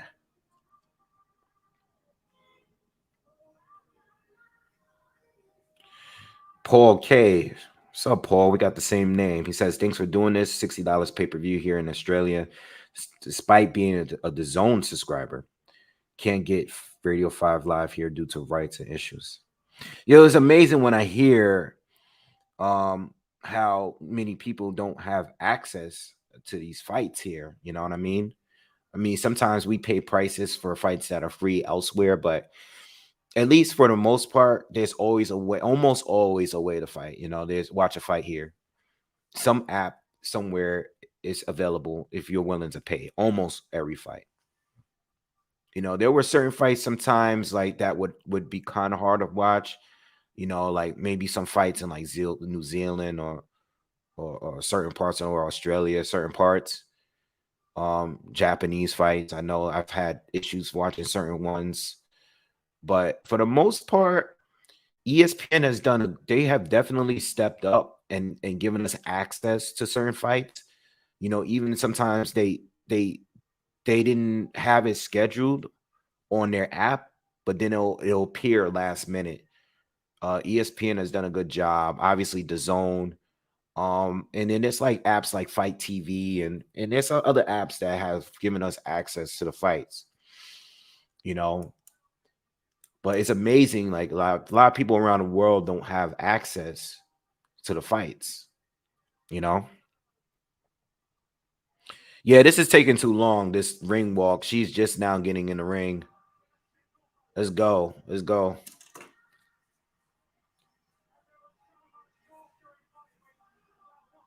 Said anyone for a Guinness. Damn, I haven't had a Guinness in a while. Charles says she's standing there for a while long.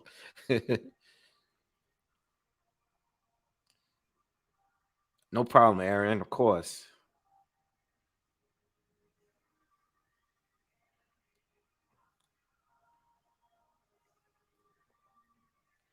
Yeah, I don't know how. Yeah, I don't know. All right, so they're both in the ring. Let's go. David Diamante is gonna do his thing real quick.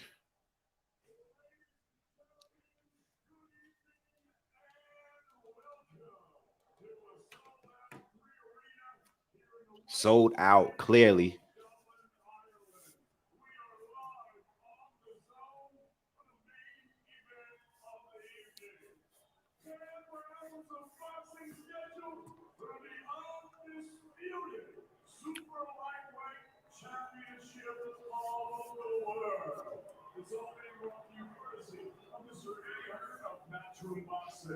What's up, Zach?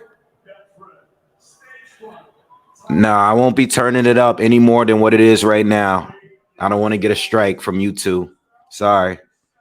I will be giving you guys, if you are new, you're going to hear every punch that lands. I got you on that. But I can't show you the fight. I can't have it too loud. All right. If you can, though, just do me the favor and hit the thumbs up for me. That's all I ask from you guys. From everyone that's in here, just hit the thumbs up if you are listening. It's over 500 people now. Just hit the thumbs up real quick for me, and that's it. I got you guys on the punches. I don't know, man. I'm starting to get that nervous feeling in my stomach now because I'm kind of worried about Katie in this fight. It's not even about any bets or anything. I put a very small amount on Katie. It's not even about that. I feel This could be a tough fight, man.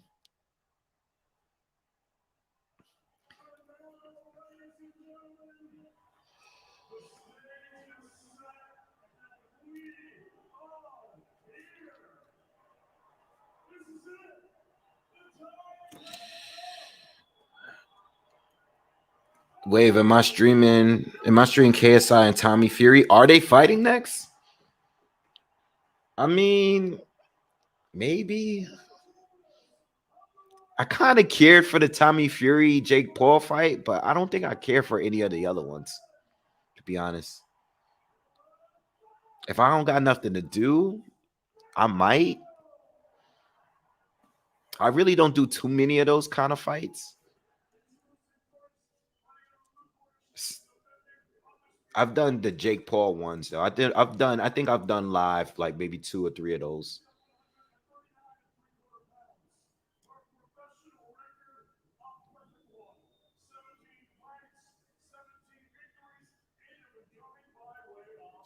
Damn, we got 2 4-belt undisputed champs fighting each other.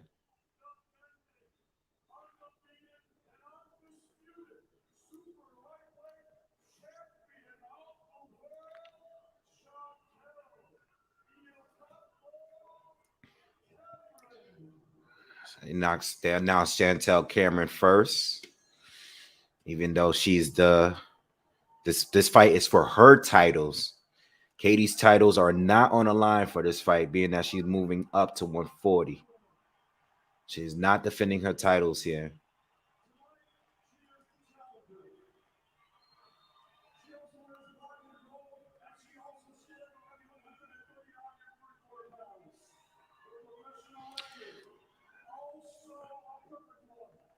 Katie needs to be fast. Oh, they going crazy in there.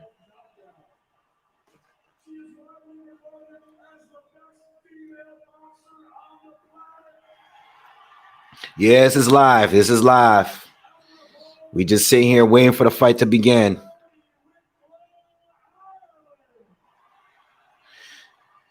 Katie needs to stay off the ropes.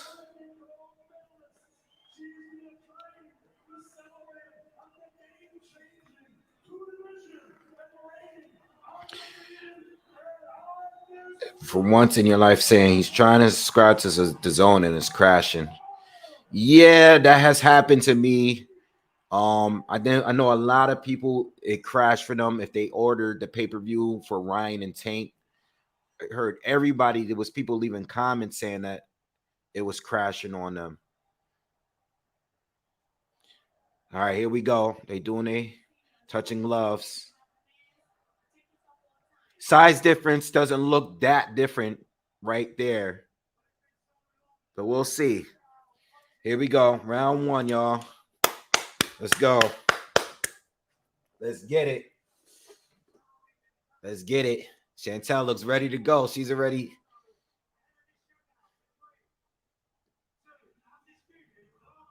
Let's go. Round 1. Chantelle's coming out firing. She's coming forward already.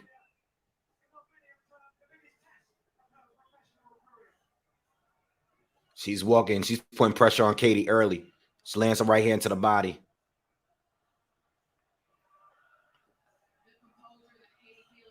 Katie lands a left hook.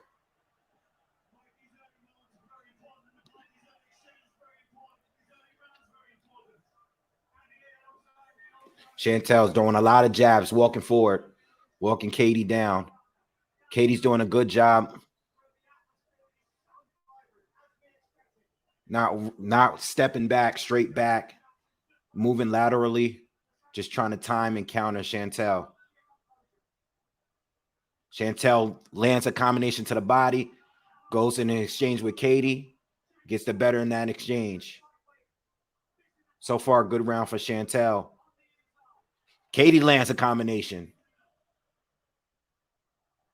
50 seconds left in the first. Remember, this is 2-minute rounds.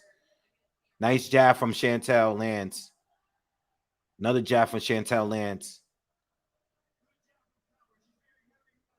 Yep. Chantelle lands a right hand to the body and a jab up top, walking Katie down. A lot of pressure from Cameron. Katie lands a counter right hand. 25 seconds left in the first. Cameron lands another right to the body, putting a lot of pressure on Katie.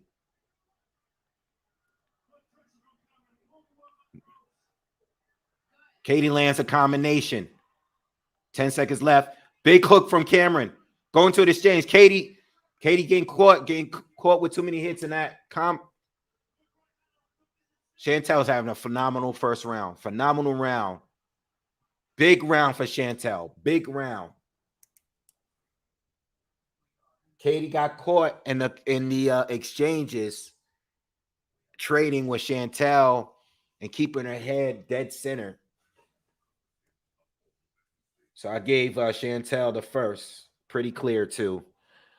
Karate Body, thank you for donating. It says, just wanted to tap in and show some love, Wave. I've enjoyed your channel for years. Keep up the good work. Thank you for supporting. And then everybody, again, if you haven't already, please hit the thumbs up for me. Hit that thumbs up. Let's get to 300 likes. It's over 600 people in here. Smash the like button. But big round for Chantelle. Coming forward, putting the pressure on Katie. Katie would try to stand her ground at moments and exchange with Chantelle, but Chantelle was landing the majority of her combinations.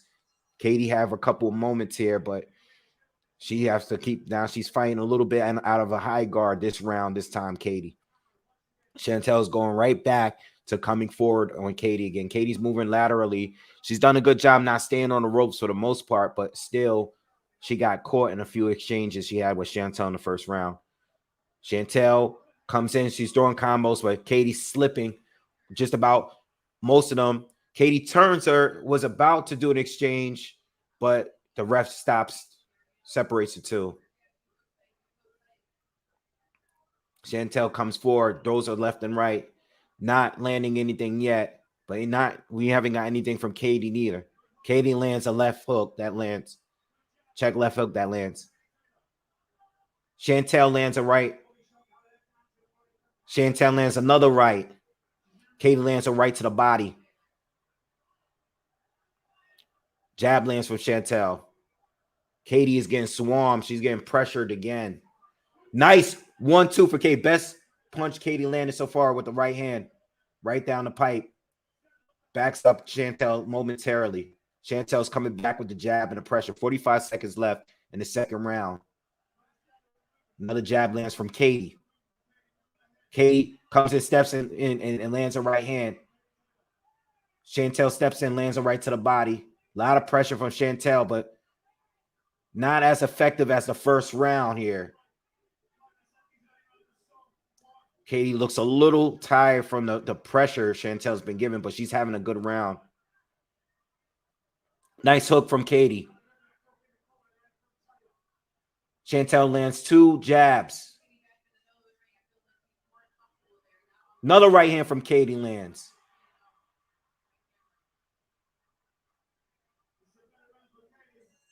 Chantelle ends the round, landing 2 jabs. Good round for Katie. Still a very close round. I'm edging it for Katie. Did better fighting out of high guard, slipping the shots, countering, landed the better, more effective shots in the second round.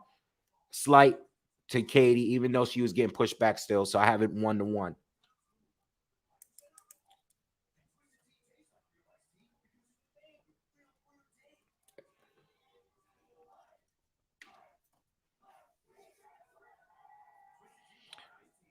You guys are still begging for me to show the fight. I'm not showing the fight.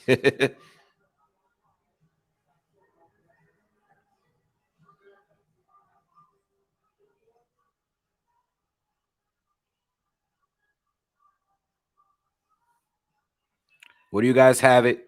Ralph, I see you have it 2-0 for Cameron.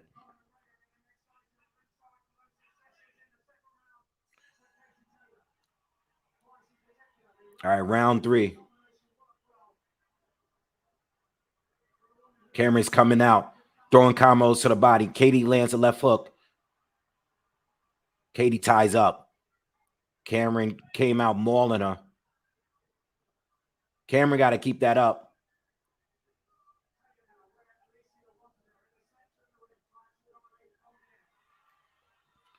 Katie lands a right hand, but Chantelle landed her own too. The crowd cheers for anything that Katie lands, but Chantelle landed one too.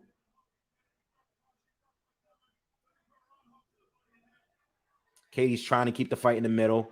She steps in again, lands a left and a right, but Cameron got her backing up now. Cameron is constantly jabbing and throwing shots to the body. Landed another left hook to the body. Another, lands a right hand and a left hook to the body and lands a jab. Cameron's having a good round so far in his third.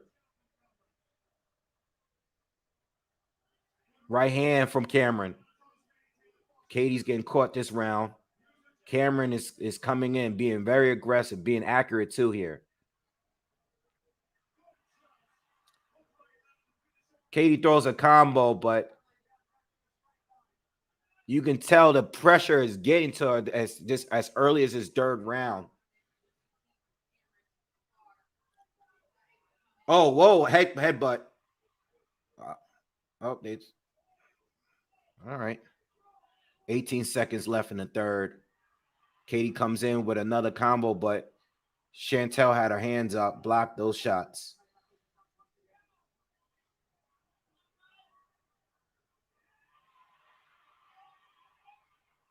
Chantelle's just coming forward, man. Chantelle had a great third. Another round for Chantelle for me. Clear round. First was clear for Chantelle, and then third.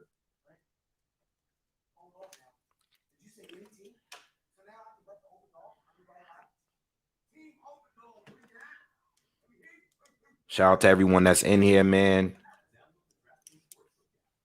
Shout out to, we have over 800 people in here.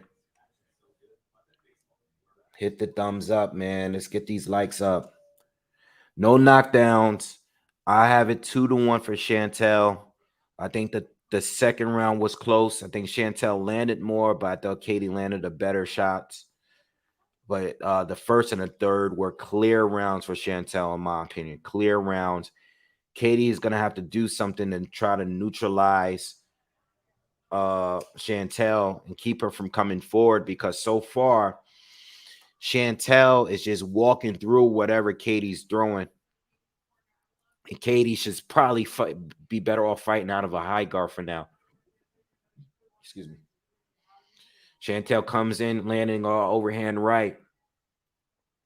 Katie got to get this fight back in the center of the ring. Chantelle again comes in, throws two to the body, one right hand over the top. Katie comes back. Now she throws a combo to the body. Katie got to get it going. She got to get a rhythm going because Chantelle is winning. Katie steps in again, lands a combo. But Chantelle now comes back and got Katie against the corner and lands a right hand. Chantelle lands an uppercut. 1 minute and 15 seconds left to go in the fourth. Another right hand from Chantelle. She's just overworking. She's outworking Katie at this point. Lands a left hook to the body. Katie comes back, but punches are not landing as clean. Chantelle's having, so far, halfway through this fourth round, Chantelle is winning the round, in my opinion. Another right lands to the body of Katie Taylor.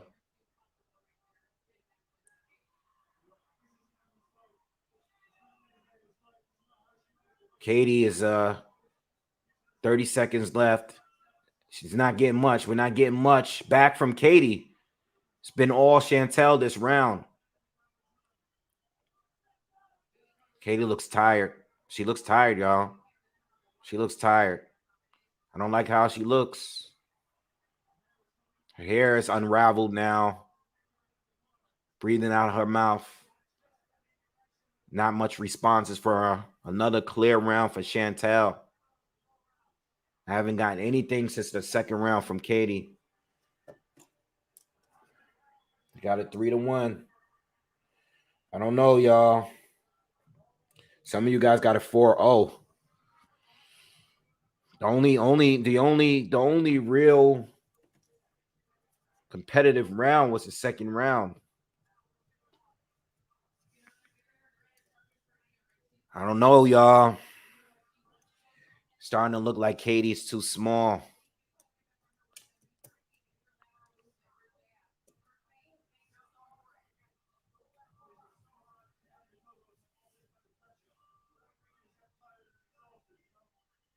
Yeah, Katie's tired. She looked like she might have been a little tired in the third round, but this fourth round, there was a point where Chantelle was just throwing at her and she wasn't responding and she wasn't moving neither. She was standing right in place. She's standing up in between rounds though. She's not sitting down. But we'll see. We're in the fifth round. I have it 3-1 for Cameron. Clear.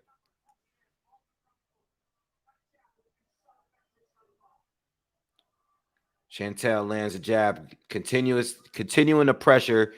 Chantelle is not looking a bit tired. Katie stepped in and threw a combo. Nice check left hook lands from Katie. Katie got to move. She's doing a little bit more movement now this round.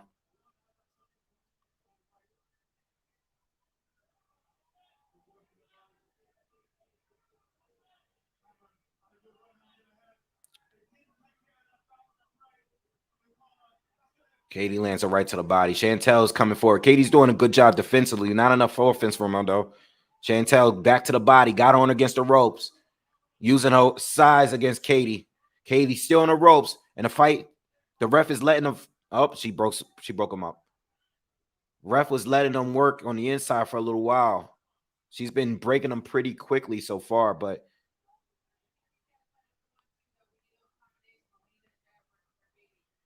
40 seconds left in the fifth round.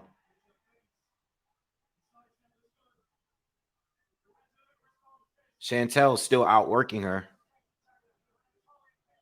Katie showed some good defense this round, better defense, and landed an overhand right there. Showed some good defense, having a better round here, but I don't think it's enough to win the round. She's having a better round than the last couple we got.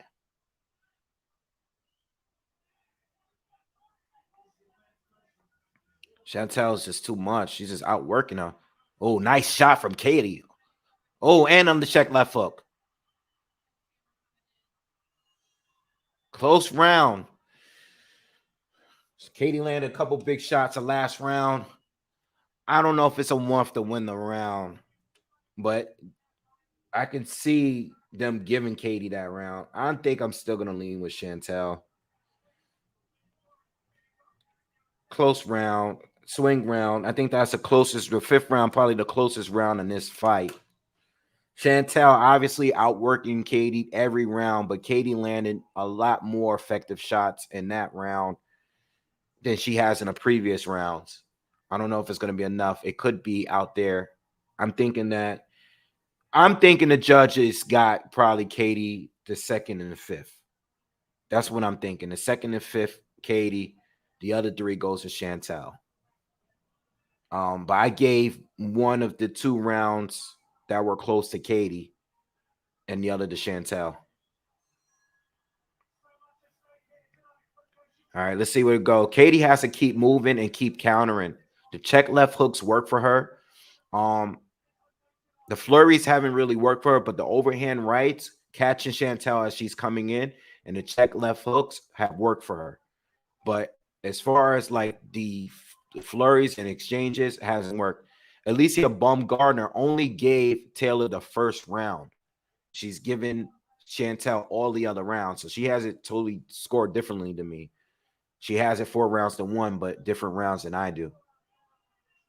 Another right hand from Cameron. Katie lands a nice combination. Taylor needs to work more, though. Got to be more than that. Chantelle's coming forward a lot still, but she has been missing a lot more his last couple of rounds here.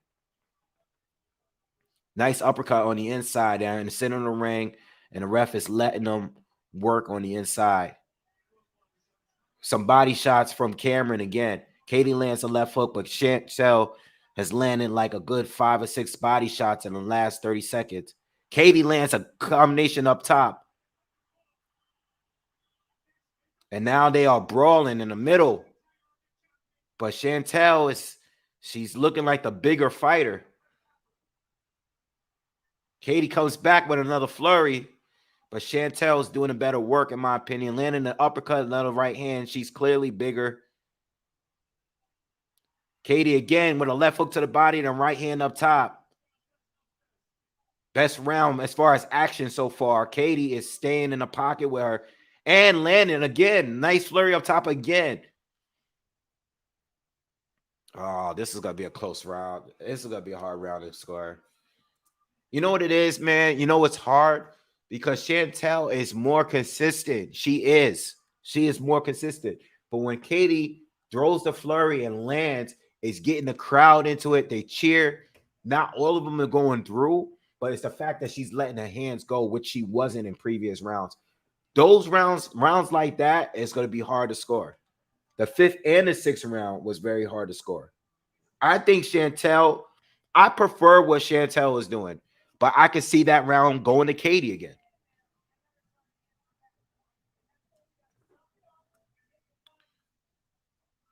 3-3. A lot of people have it here 3-3.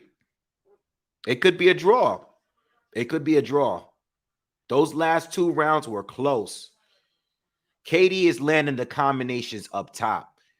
Chantelle is consistently going to the body.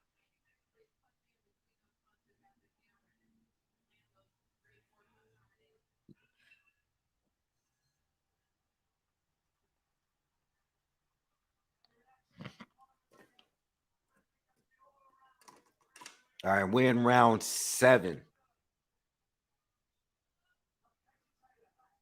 The pressure from Cameron is starting to slow down a little bit. She caught Katie with a right hand just now. Katie caught her with a right hand.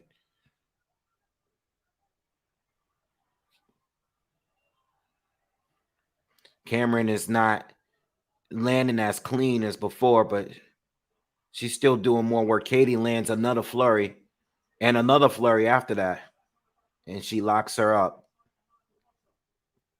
Good fight. This is starting to turn out to be a really good fight now.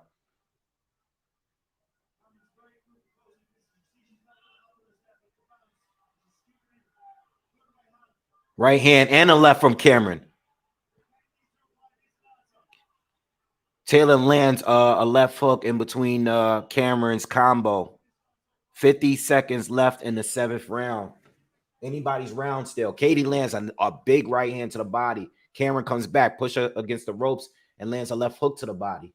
40 seconds left in the 7th. Still anyone's round.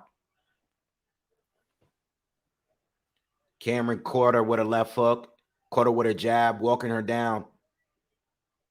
Katie ties up, and the ref separates the two.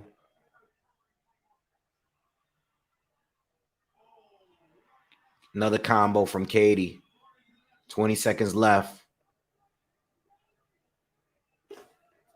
Ref breaks him up, warns him, stop hitting in the back of the head. Katie steps in again, another combo.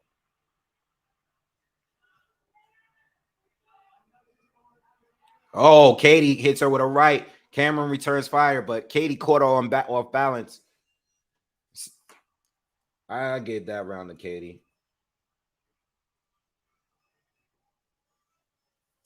God, Jesus Christ. Can they stop showing Conor McGregor? Jesus. They cannot stop showing Conor McGregor.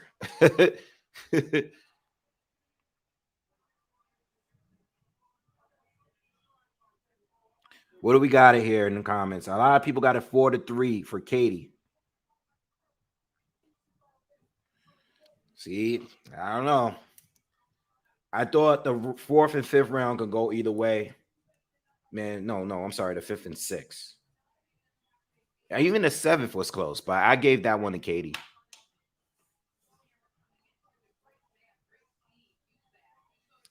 I'm behind on the fight. How far behind on the fight? Let me reset it. Hold on.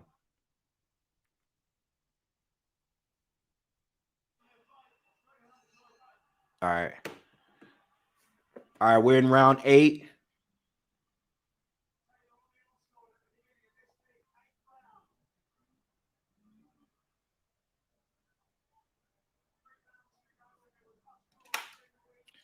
Uppercut from Cameron. Cameron back to a usual, just coming forward. Katie's moving, setting tracks. Katie's looking quick again. She looks like She's moving a lot. Looks like her speed has come back. Another check left hook lands for Taylor. Another check left hook lands. Cameron's coming in, being a bull, landing, being more aggressive. Lands right to the body. Katie, a nice 1-2 up top.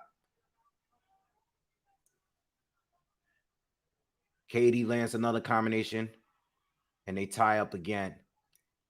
Uppercut from Cameron on the inside. Referee separates him. Let him work, ref. Another head hook lands for Katie.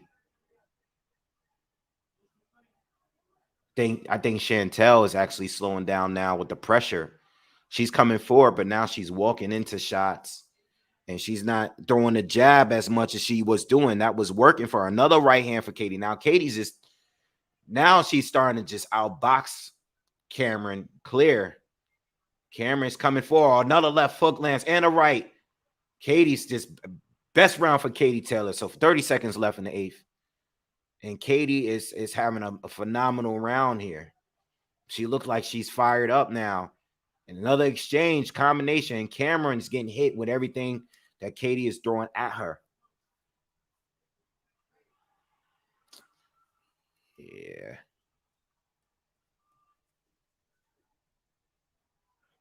Round 8 coming to a close.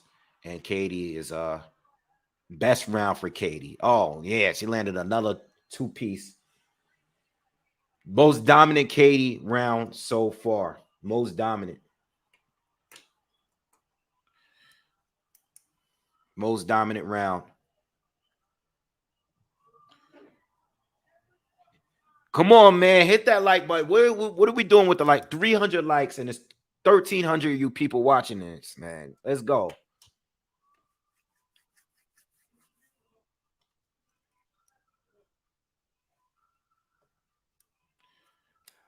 On my scorecard, I have it 5-3 for Chantelle. I have it 5-3. 2 swing rounds I gave to her.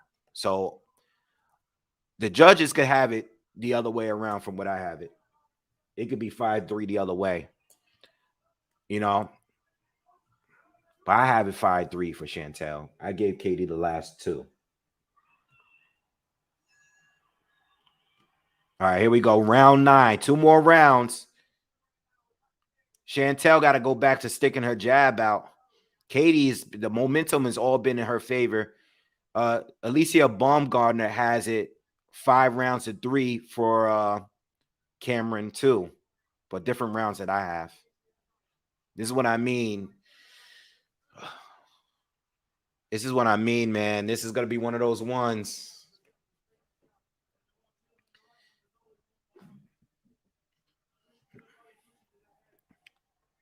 Right hand lands from Cameron. Right hand, Cameron caught uppercut on the inside.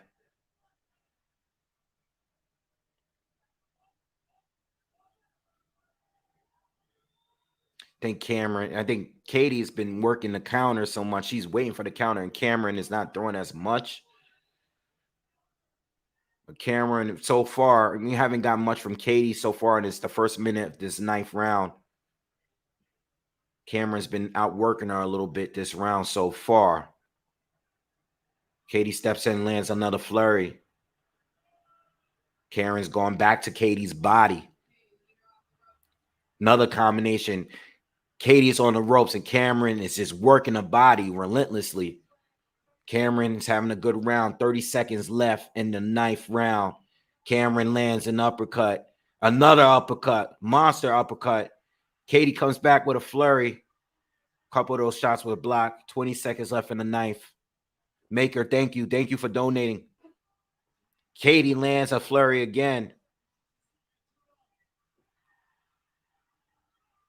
Another uppercut from Cameron on the inside.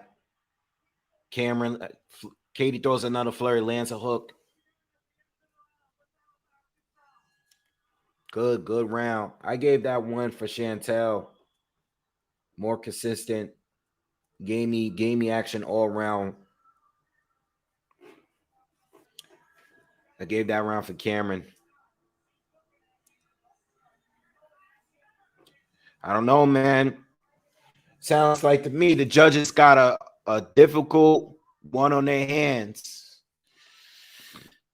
This is the thing, being that this fight is in Ireland now. This fight is in Ireland. This is Katie Taylor we're talking about. I don't know.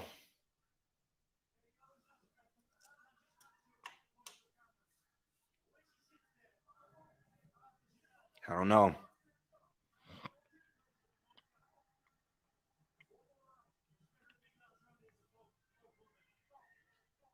Last round, y'all. Last round. Here we go. Good fight. Last round and a good fight. It's been no knockdowns, no points taken, no cuts. Oh, they're going to war. Oh, shit. They're just going crazy in the center of the ring. Let's go. That's what we need. Cameron's face starting to look busted up a little bit.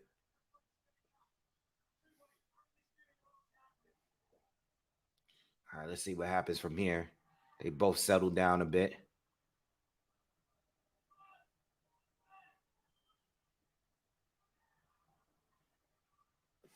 All right, not a lot of tying up now. They're both tired. They both just smother each other punches and tying up. A lot of holding. They're both tired. But I feel like Katie landed the better shot so far. Nice left hook lands for Katie.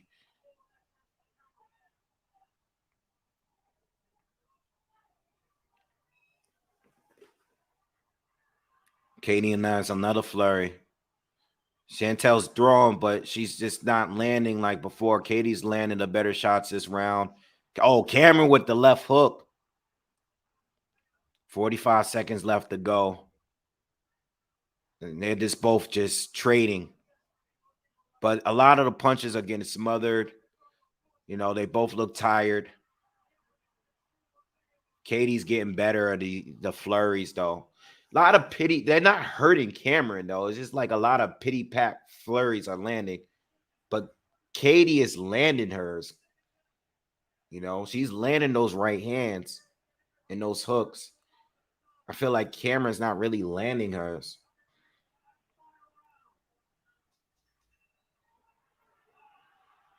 Another Katie flurry that just they finished the fight. They're finishing the fight. Another Katie flurry lands. Fight's done. Another Katie round for me. I don't think Chantelle's gonna get it. Regardless of how I scored it, I don't think she's getting that. Not in Ireland. I don't think she's getting in Ireland. I have it scored 6 rounds to 4. But 2 of those rounds I gave that were close. I gave to Chantelle. I think Chantelle won on points, but I don't think she's getting it. It's too close. Too close. Very debatable. What do you guys have it scored? Let me know in the comments now. Everyone, it's 1,500 of you in here. Everybody let me know in the comments. What do you guys got on this one? I want to see everybody's scorecard before this start. Who do you got winning? What did you score it? All right. Definitely rematch worthy, without a doubt. Very close fight. It's close. You know, it wasn't as good and action-packed as the Serrano fight was, but it was very, very competitive, back and forth. Katie looked tired early, but she picked it up in the second half of the fight. I think without a doubt, Chantelle won the first half of the fight, and Katie definitely won more rounds in the second half for me. All right, what do we got? 6-4 Katie, 6-4 Katie, 6-4 Katie, 6-4 Cameron. Cameron deserves a rematch. 6-4 Cameron, 5-5. Oh man, 5-5. I've seen a few more Katie's in here. I put money on Katie by decision and a draw, and also a draw. So I'm hoping I land on the draw. Give me the draw, but regardless, I'm not. Whatever way it goes, I'm not gonna be angry from this one. It's too close. I think 6-4 either way or a draw is good. There should be no wide cards. Yeah, this is the most people I've had on a live in a long time. Shout out to all of you that's here. You know, I think Katie. I think it's gonna be. I think they're gonna give it to Katie, but if they do, I'm not gonna be upset. It's a close fight, but I have it score 6-4 for Chantelle.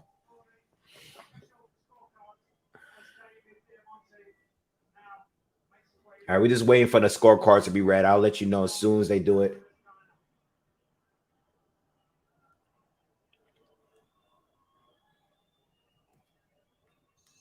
All right, here we go, y'all. Here we go. Here we go. Here we go. Here we go. All right, let's go. Let's go. After 10 rounds of action here in the pre-arena, we go to the judges' scorecards. Okay. We got Urquayes Jr., 95-95 even. 95-95 for one card. Craig Metcalf and Patrick Morley both scored this bout 96-94. 96-94 for the other two. Katie's going to get it. Oh, they gave it to Chantelle, y'all. 96-94. Wow, they gave it to her in Ireland. Katie has suffered her first loss. Wow, Cameron got it, y'all. Cameron got it. 6 rounds to 4. 6 rounds to 4 for Chantelle. And I'm not mad. I scored it. I scored it 6 rounds to 4. Well, I thought it 6 rounds to 4. Good either way. No wide cards.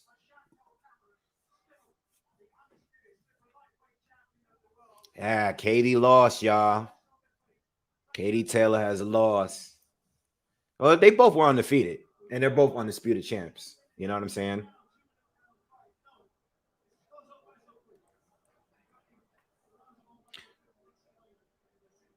Yo, man. There's been a few home fights lately that it's gone the opposite way of what everybody thought what we was gonna get. I actually thought it was gonna be the last two was gonna be for Katie. I'm actually shocked. I'm shocked. Thank you for everybody that please, if you are new and if you haven't, please subscribe to the channel. All right. Thank you to all the people that donated to the channel today too. So I'm gonna be back on in an hour, not even an hour. I'm gonna take a little break, chill out. I will definitely do a follow-up video, probably tomorrow morning on this particular fight. But I mean, you guys were here. I mean, I had it 6-4 for Chantelle. I thought the 5th and 6th rounds could have been swing rounds, but I gave them both to Chantelle. And I'm not angry at all here. You know, I mean, I lost my bet. I thought it was going to get a close decision for Katie, but I'm not mad. All right. So anyway, guys, give me a little break. I'll be back on within the next hour or so, like next 45 minutes or so. All right, I'm just gonna get some food, eat real quick, just chill out for a little bit, and then I'll see you guys on that long ass card we're doing later because that card is gonna be super long. Again, please subscribe to the channel if you haven't. Hit the subscribe button, smash the thumbs up for me if you haven't on your way out, and I'll see you guys in a bit. All right, a little bit. See you later. Peace.